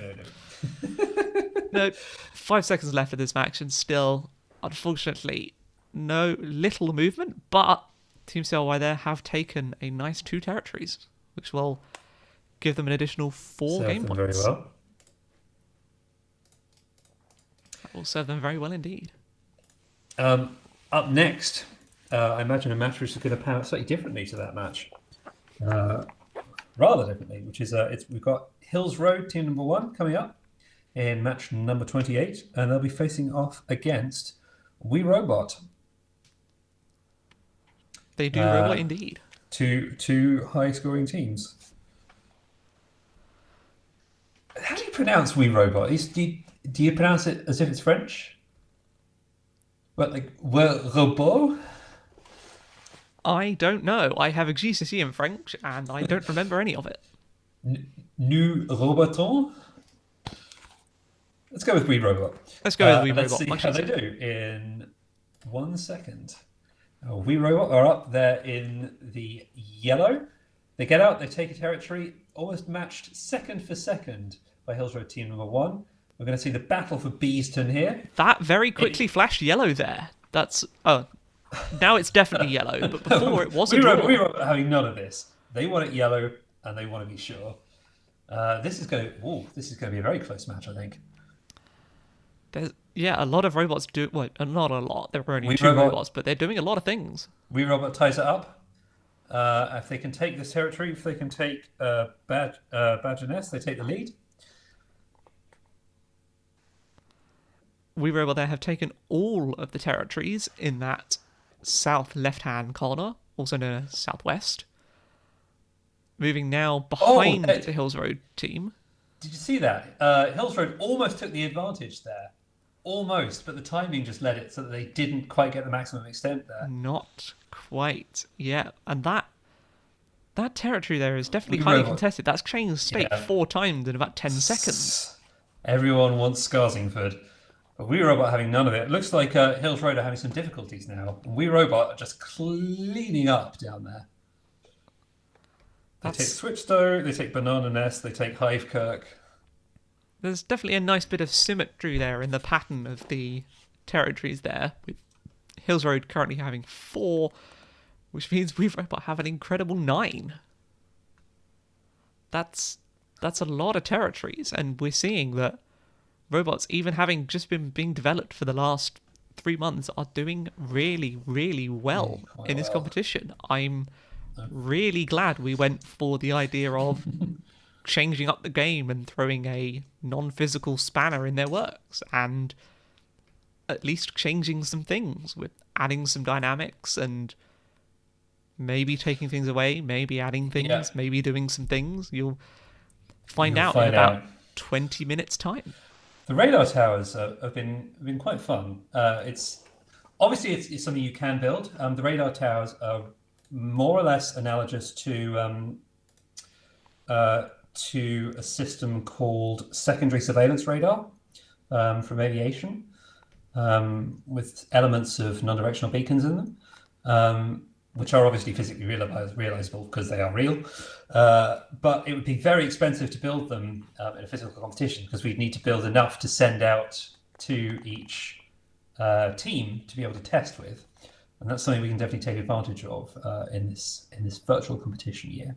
We can do some fun things indeed, and just like things which are easier virtually, we have the St. Paul's robot competing all the way from Australia, which that would be a very long flight over here to come to our actual competition. One day. One day we'll have in-person competitions. One day we One day want we'll have direct flights from Adelaide. Oh, that'd be nice. Right, Wisbeach get a second territory here. St Paul's looks like once again they're having difficulties as a result of being in Zone 1. Wisbeach lining up for Beeston. Will they take it? They do. Moonwalking away in success, and unfortunately getting caught on the corner there of our wall. Just about making up for it, and now eyeing up the territories immediately outside St. Paul's starting zone, who are still yet to Ponyhurst? even leave it. Are they gonna BM them and take a Yellowware right in front of them? Yes. Yes. Yes, they Yes, are. they do. Just right in front of their eyes. Well, metaphorical eyes. Robots don't have eyes. Or these don't. Well, technically they do, but let's not talk about that. Yes, they are not allowed. It's They do, It's just the one eye, actually. Yes, there is a camera, but teams are not allowed to use it. There is also, if you look at the front of our robot, it does have the ultrasound sensors and bump sensor do sort of look like a face, which may or may not have been an accident. Oh, look at that. St. Paul's get off the line. It looks like being pushed around a little bit has actually dislodged them from that slightly funny state. They've recovered, but there's only 20 seconds. They'd have to do quite a performance. Look, I think St. Paul's there was trying to line up on Switchstow again. Yeah, there's those walls really do get in the way with with the ranges extending out, and they do at least take back Yellowware and walk away with dignity. That's something they can leave with their robot. The robot doesn't really have a head, but it can leave with whatever it would consider a head held high. leave with its antenna held high. It doesn't really have an antenna either. Wait, it must have some kind of antenna because it's talking to radio. I think we consider that the flagpole. It can leave with its flagpole held high. Checkmate, atheists. Wait, what? I believe in flags. Flags don't exist. No. Birds don't exist. Oh, yeah, easy to get those two mixed up. They both kind of flap, right? That's dreadful. You know what I'm hoping isn't dreadful? This next What? match. Oh, yeah. Match number 30 between Hills Road number 2 and Team LSS. That's beautiful segueing there. Yeah, great segue. 10 out of 10. And speaking of 10 out of 10, how many territories do we reckon in HRS2 this match? Oh, they could do quite a performance. They could. It could be anything. They could. There's now with still 10. unfortunately no signs of life. You're going to bet 10. I'm going to bet 10. 10 territories, 20 points. Well, they're up to 4. That's up to 5 even in just over 35 seconds. I immediately regret my decision. You think it's going to be more than 10, don't you? Maybe. You think it? No, I'm sticking with it. It's going to be 10. Oh, you think? Well, chances are I suspect their tactic is now to go for the territories in the southwest of our arena, which would mean they've still got those 2 outside of the LSS starting zone to go for. Or they may have also just misjudged their location. It seems they think they're slightly further west than they actually are and have decided to headbutt our arena. It doesn't like that. It doesn't like being headbutted. Much like most people. It's like 8 then. I was over. Depending on whether they can free themselves from that wall. I mean, you said 10. You can't back down. You I lost. I know. I lost. But no, what if I just don't accept my loss? I mean, as the head judge, you can do that. But please don't do that. My loss was because of voter fraud, Jake. Wait a minute, we can't talk about politics here. This is student robotics. The capital, but no, sorry, let's not go down that route. Let's not do that. Let's instead stare deeply into Hills Road 2 there, just repeatedly headbutting the wall in maybe frustration. Maybe it's a sort of self-destructive victory dance. At this point, they probably got concussion. Yeah, I'm hoping they can still perform in a future match, because obviously they're going to have some time to recover, but that's still going to cause them quite some head damage. Yeah, it's slightly unfortunate. It's a good job we don't model damage simulation carried forward between matches. Yeah, carry forward between matches. It'd be even more interesting. It'd be even more interesting if we carried them between league sessions. Yeah. So if you, for example, had a wheel fall off, when it comes to the next league, you only have one wheel. I have seen time and time again robots that just have, in physical competitions at least, wheels just fall off, which isn't wheels great. Falling off is a long-standing tradition. I would say it's a tried and true tactic. It's definitely a tried tactic. I don't know if I'd call it true. I also don't think it's intentional. Speaking of tried and true, we've got HRS3 coming up, and they'll be facing off against SOG1, St. Olave's team number 1. HRS3 in the magenta there. They launch off. Will they be able to capture that territory? They do.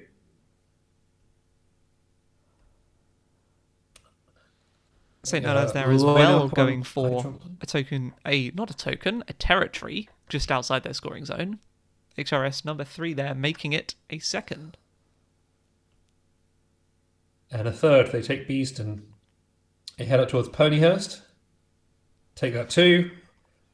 They'll take Yellowware right out from under their metaphorical noses. Yeah, I was going to say noses, but St. Olave's is facing the other way, so it's more their metaphorical behinds. Well, I don't think they have eyes in the back of their head. Kind of makes the metaphor not really work, doesn't it?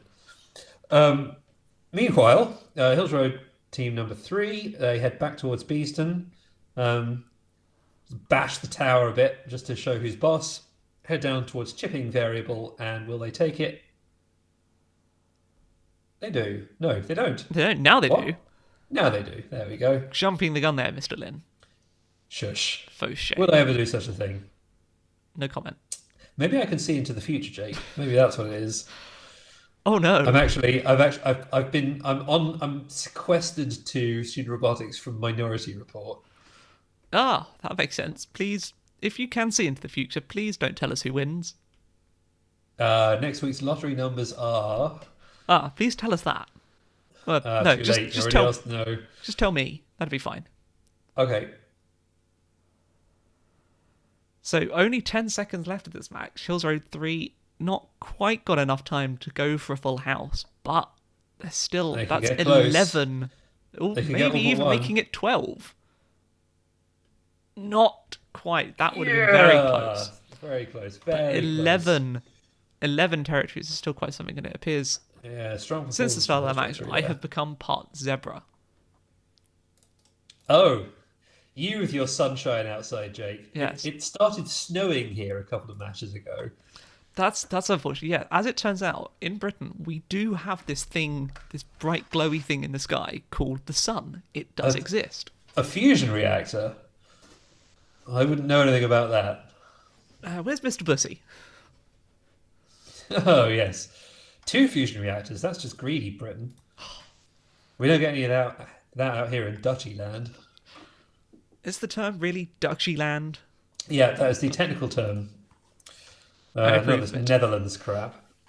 Yes. Right. Who's Who in have we match got? 32, Mr. Lynn? We have Harris Westminster in magenta facing off against Kegs in the yellow. Out go Kegs. Can they take yellowware? They do. Head down towards Ponyhurst. Well, they get that as well. They do.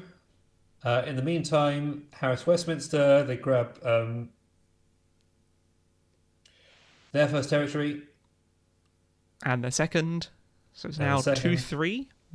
Keg's about to make it 2-4. And Harris Westminster taking that centre one again. That seems to be a very contentious one. We've seen throughout all these matches. That one seems to be the one that changes state the most. I mean, it is in the middle, so that's not entirely surprising. Team Kegs there now grabbing all of the territories, or now grabbing all of the territories in the southwest of our arena. Hopefully, either they're going to stay there and patrol them, in a sense to try and keep them, or they're going to continue over to the southeast and grab the 4 currently unowned territories down there, which seems to be what they're doing. Unfortunately, it seems Harris Westminster have again, like previously, stopped in the middle. They're no longer rotating around that area slightly, but they have just stopped there. That's rather unfortunate. It could be they can only reliably take those first 3 at this current time, or it could be there's a software bug. We have seen a number of software bugs in a number of these robots. I mean, Testing's important. It seems that the software bug is causing that effect, right? There is some issue which causes them to freeze up, and therefore they are currently reliably taking 3 zones and stopping. It's an emergent strategy. Yes. In the meantime, Kegs are doing unspeakable things to the tower and chipping variable as this match comes to a close. There's a lot of headbutting going on. I've realised lockdown clearly takes its toll on some people, but And some robots. headbutting is not the answer. Definitely How not. very rude. I mean, if you want to go and bash your head against the wall behind you, feel free. I don't really want to. Yeah, I might take you up on that offer. Please Right. keep the camera on. Who have we got coming up next? So, match number 33, coming up in just under 30 seconds' time. We have Team KEV, King Edwards, versus Team XRS number 4. Now, Hills Road number 4 are currently sat 5th in our league, and King Edwards unfortunately are sitting right at the bottom. Whilst they have scored some league points, they are yet to score any game points. Yeah, they were very unlucky. It seems like they got some code issues getting in the way. Hills Road, meanwhile, the Hills Road team number 4, head straight out. They capture Yellowware, they capture Ponyhurst. They're heading down to Easton, presumably. Or drive right past it. Nah, they're in. Nope. They grab it. Now, Are they going to go south or? Nope, they go up. now how many capture- territories are you expecting them to take in this match? I'm not going to make a prediction for this one. They take Ice Trumps and they might take Pinkton here. Yeah, they take Pinkton, BM. And now presumably they'll head down south. We're only 40 seconds into the match. That's amazing. That's a lot of territories taken in a short amount of time. Like I say, I'm really glad we're mixing things up. Robots are doing far better than I could have predicted in reliably taking a large number of these territories. They're doing it very quickly as well. The 1.2 hectoseconds we provide per match seems excessive to them. 120 seconds to those normal people. 1.2 hectoseconds. I'm not saying Hector's a silly prefix. 120 seconds. HRS4 kiloseconds though. I'm a big fan of kiloseconds. HRS4 still caught on that wall. Looks like they're trying to head down towards the turret chipping variable and not noticing there's a wall in the way. It is oddly pushing them slightly to the east each time they ram it. So this might actually work to get them past it if they don't get caught on the very corner here. Yeah, it's not. We've seen some lining up issues from the other Hills Road robots. It might be a common theme amongst some of those. That was some of the weirdest lining up I've ever seen, but it worked. It worked, and just as the clock strikes 2 seconds at least, they take a grand total of 6 territories. Yep. Strong performance. Very strong. That'll help them in the league. Good for them. That's the last we've seen of Hills Road today. Got a couple more matches coming up.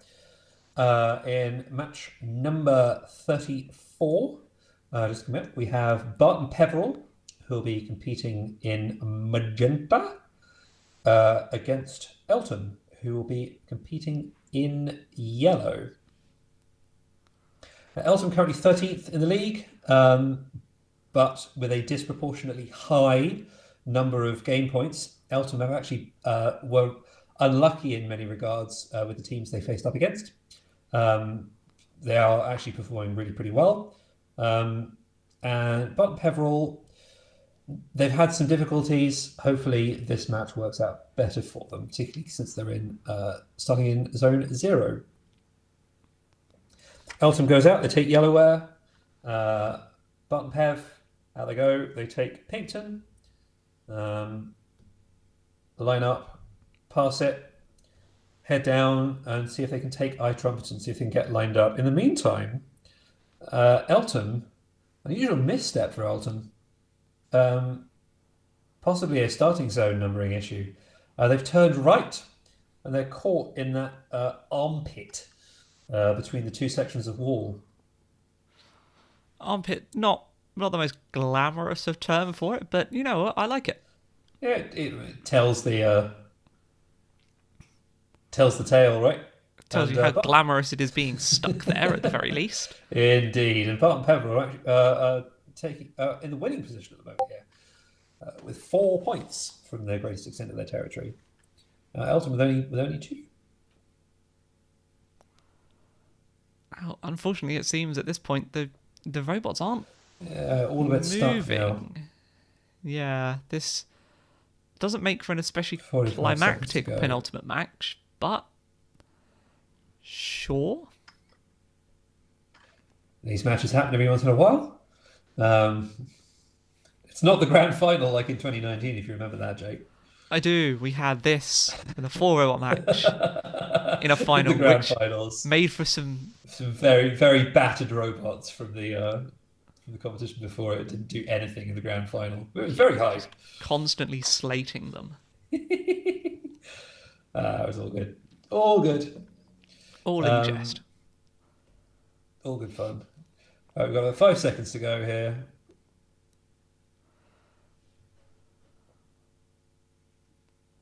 There we go. Unlucky both sides. But Barton Peveril do take that. They get the 4 league points. As always, you don't need to do great. You just need to do better than your opponent. Yep. Everything is relative with points. The only points... Well, yeah. As far as league points are concerned, anyway, you just need to do better. With game points, the absolute value does make a difference, although that's generally only down to what's the word? Settling ties, generally just in the finals.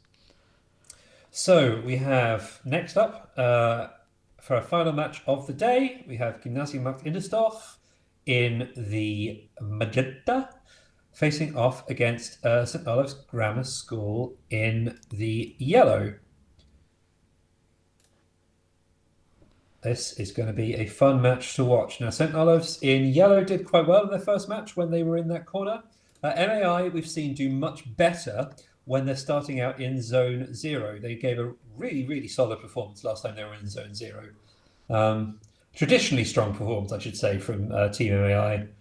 Storming in from, I was about to say storming in from Germany. Is Bavaria really Germany? It's Bavaria. Storming in from Bavaria.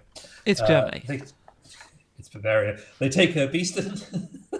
They take chipping variable, or line up to do so anyway. Round they get.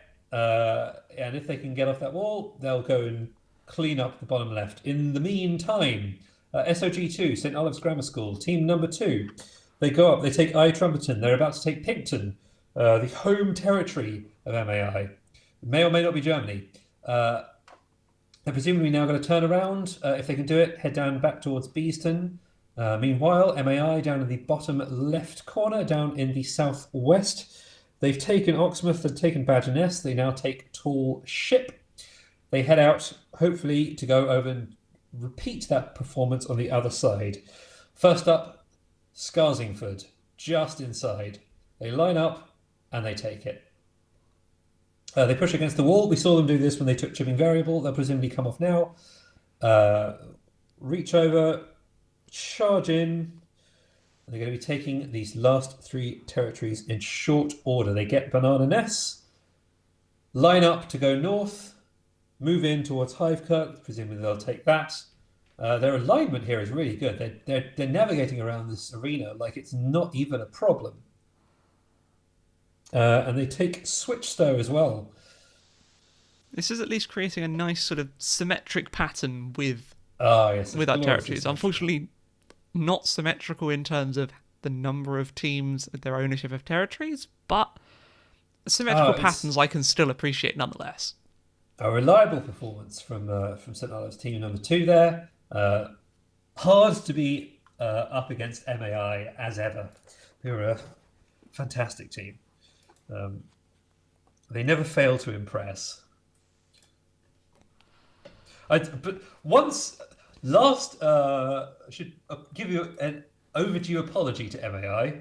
At a previous event, I attempted to say that MAI never fails to impress or never disappoints, and instead said they never fail to disappoint.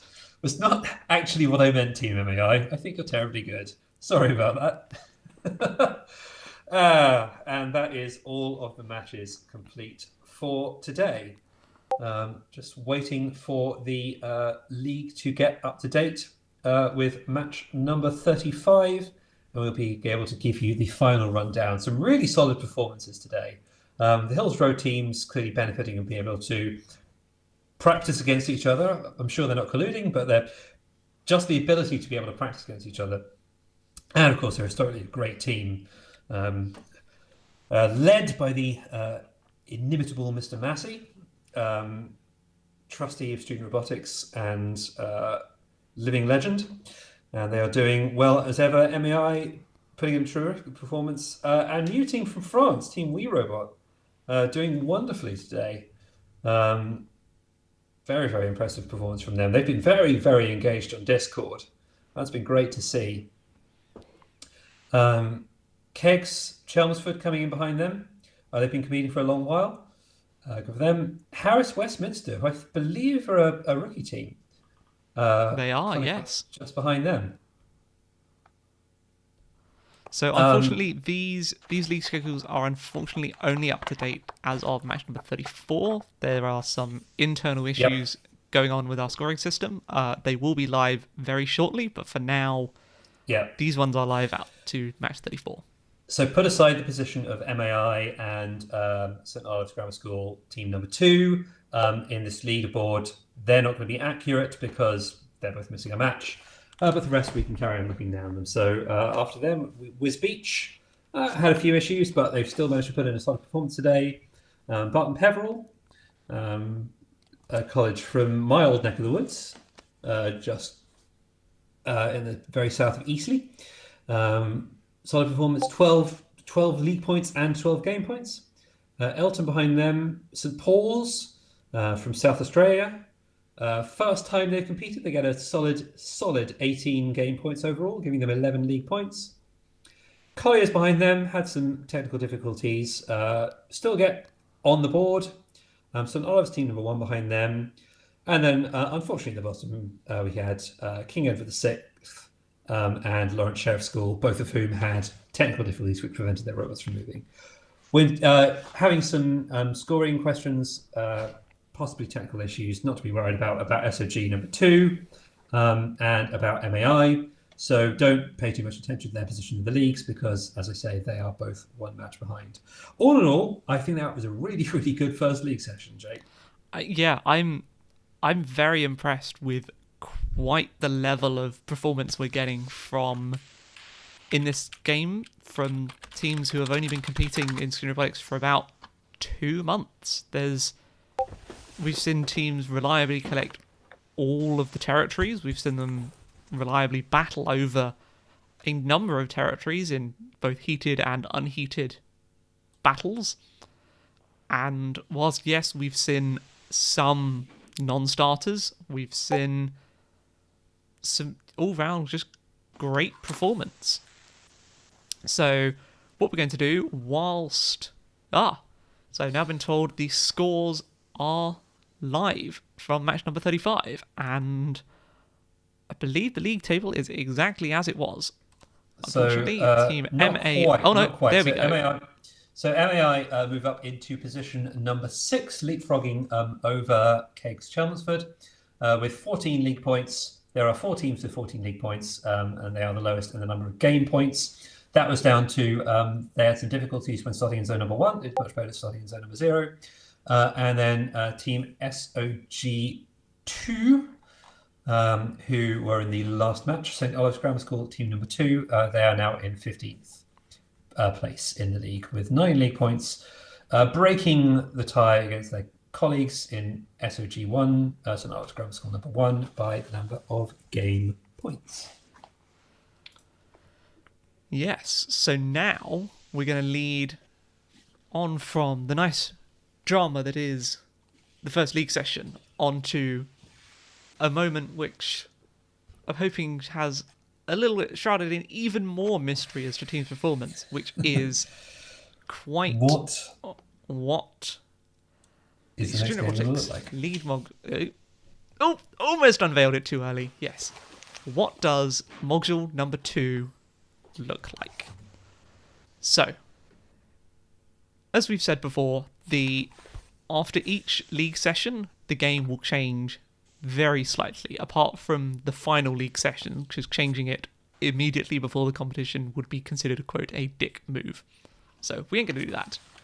In this one, Module 2 will be... we're changing a few things. So the very first thing I'm going to do is, rather than try and explain them, I'm going to show you them. So this is now what the arena looks like. Now, there are the same number of territories, there are the same number of robots. There are 2 very important things which have changed. One is the walls now look slightly different. The second is there are these strange blue lines that have appeared, almost drawing lines between constellations of stars, moving between some of, but notably not all of, the territories and joining them with some others. Now this is important. So, what do these territory links do? Now, if I play a pre-recorded video, we can see not only have the walls dropped, these walls will drop, but rather than immediately dropping like this video, they will drop after 1 minute of match time, so halfway through the match. These sections of walls will disappear into the floor such that they can be driven over. This is useful because it means, as we saw today, with teams with teams picking up, for example, the territories which are on the other side of the wall, after a minute this is no longer an issue because those pieces of wall disappear. The 2 vertical ones are very much going to stay there, they will not drop, but the 2 sections of wall which have dropped in this video will drop after 60 seconds, not instantly. What we can also see from this video is as the 2 dummy robots drive towards these territories, once they are taken, there's... Oh, let's not do that. Okay, you can't scrub. Once they are taken, the links between them light up their colour. This is important. What that means is there is a link between their home zone and a territory. You cannot take a territory which does not have a link back to your home zone. Which means, for the start, you are sort of limited to there are only 3 possible territories you can go for at first. But after that, it webs out, and slowly you can take more. Now, this gets slightly more interesting when you think of, well, if there's a chain, what happens if that chain is cut? And in that case, exactly what do you think will happen? Will happen. For example, take this case. Here we can see we have the robot in pink has 2 territories, the robot in yellow has 2 territories. In this case, the yellow robot is going to go for that center token, center territory, and take it like that. And then shortly afterwards, and because there is a chain between all those tokens, the yellow territories, the yellow robot is able to take that territory. Now, the pink robot is going to take that territory in the middle, and you'll notice the chain is severed, and the yellow robot loses that territory. Now, what that means is that at the end, the pink robot has 3 territories, the yellow robot only has 1. This leads to some interesting dynamics around strategically taking certain territories depending on the position of a robot and which ones have been taken. The diagram as shown earlier will be in the rules, as well as all of these others. The links are the same, they're visual, they won't change, this is what they are. There's no API for knowing what the links are, you will need to maintain and track that yourself.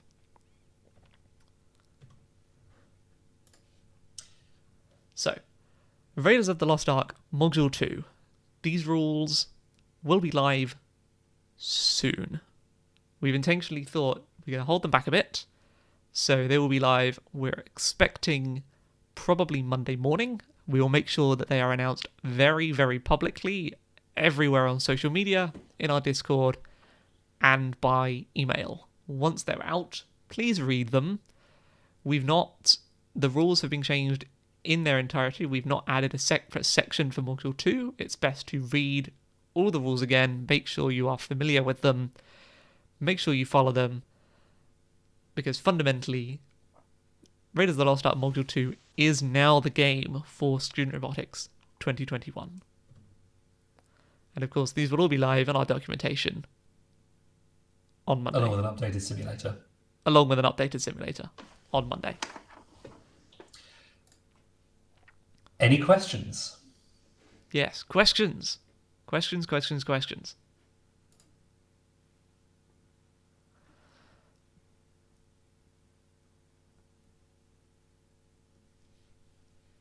Yes, the rules that I showed, please don't try and read them. That screenshot was taken at some point early yesterday evening. We're still modifying, tweaking, reviewing the rules. Don't go back and read them. You can't cheat like that. They will be announced on Monday. You can go then and read them, and all the mystery, even though I've just told you basically everything that's changed, will then be unveiled and revealed. Don't try and cheat quite yet. But of course, you've now got somewhere around 48 hours to think through, right, how are you going to approach this strategically? How exactly what tactics are you going to take? Which territories are you going to try and take first? Which territories are you going to avoid altogether? Do you care about the wall moving? There are lots of questions. We have a question here on, will the walls rise up during the match? No. Once the wall has dropped, which it drops after 60 seconds, it will stay dropped. Obviously, for the next match, it will come back up again for the start. But yes, after 60 seconds, the wall will drop. It takes 1 second to drop. And after that, it is dropped. It will not come back up. It will not jump up. It will not yeet you out of the arena. The wall is gone. It's not a Robot Wars style arena flipper. So we also have another question. Does the path have to start from the starting point, or can you take one from either side of it? So you take PN and BG, for example. Do you want to maybe bring up the diagram for that? Yes, let's do that. Thanks, Google Slides. There we go. Technology. Next slide, please. Yes. So, does the path have to start from your starting zone, or can you take one from either side of it? So you take both PN and BG. So if you take, in this example, you'd be on let's switch over. You'd be on starting from the robot on the left. If you take PN and then take BG, you'll be able to then take OX and EY. You will still, once you have taken OX, you will then be able to take TS. After that, you can take TS. You can take TS anyway because it's connected to the start zone. Oh yeah, that. Yes, TS will always be takeable. BG will always be takeable. PN will always be takeable. You can, and you don't have to choose. You can take any that are connected to what your start zone or one that you already own. Yes, you could take BG and PN in that order. You don't have to pick a chain and follow it and only follow it. You can go back, forwards, whatever. It's just that you can only take territories which are connected either to your home zone or to another territory you already own.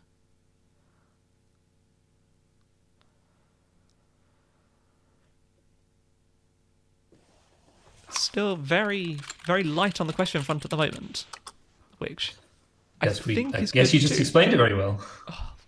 I do like being eloquent in my explanations, as you well know. I definitely don't get my words muddled or anything. You know, those circle things that are definitely tokens. Territory. We're so conditioned to say tokens in student robotics. Almost every game has some form of token in, and They this one always have has a name no as a token. token of any kind. And we always end up calling them tokens. These are definitely territories, and they have towers. Yes, there are lots of we Ts. haven't weaned ourselves off the letter T, but they're not tokens. Well, after that, as I said, very eloquent explanation of exactly the territory linkings of PN and BG, we did in fact answer the person's question, which makes me feel great. So Good. Definitely a direct explanation there. Well, if there aren't any more questions, then I believe it is time for us to wrap up. I believe that, for once, you're correct. Stop clock right twice a day. Well, thank you everyone very much for watching. We hope you've enjoyed it. We certainly have. Good luck to all the competitors with Module 2. We'll see you back here in a couple of weeks. In the meantime, continue to ask any questions. We'll be around on Discord to answer anything, give you any help. Good luck. We'll see you next time. It's goodbye from Jake. Goodbye. It's goodbye from me. Goodbye.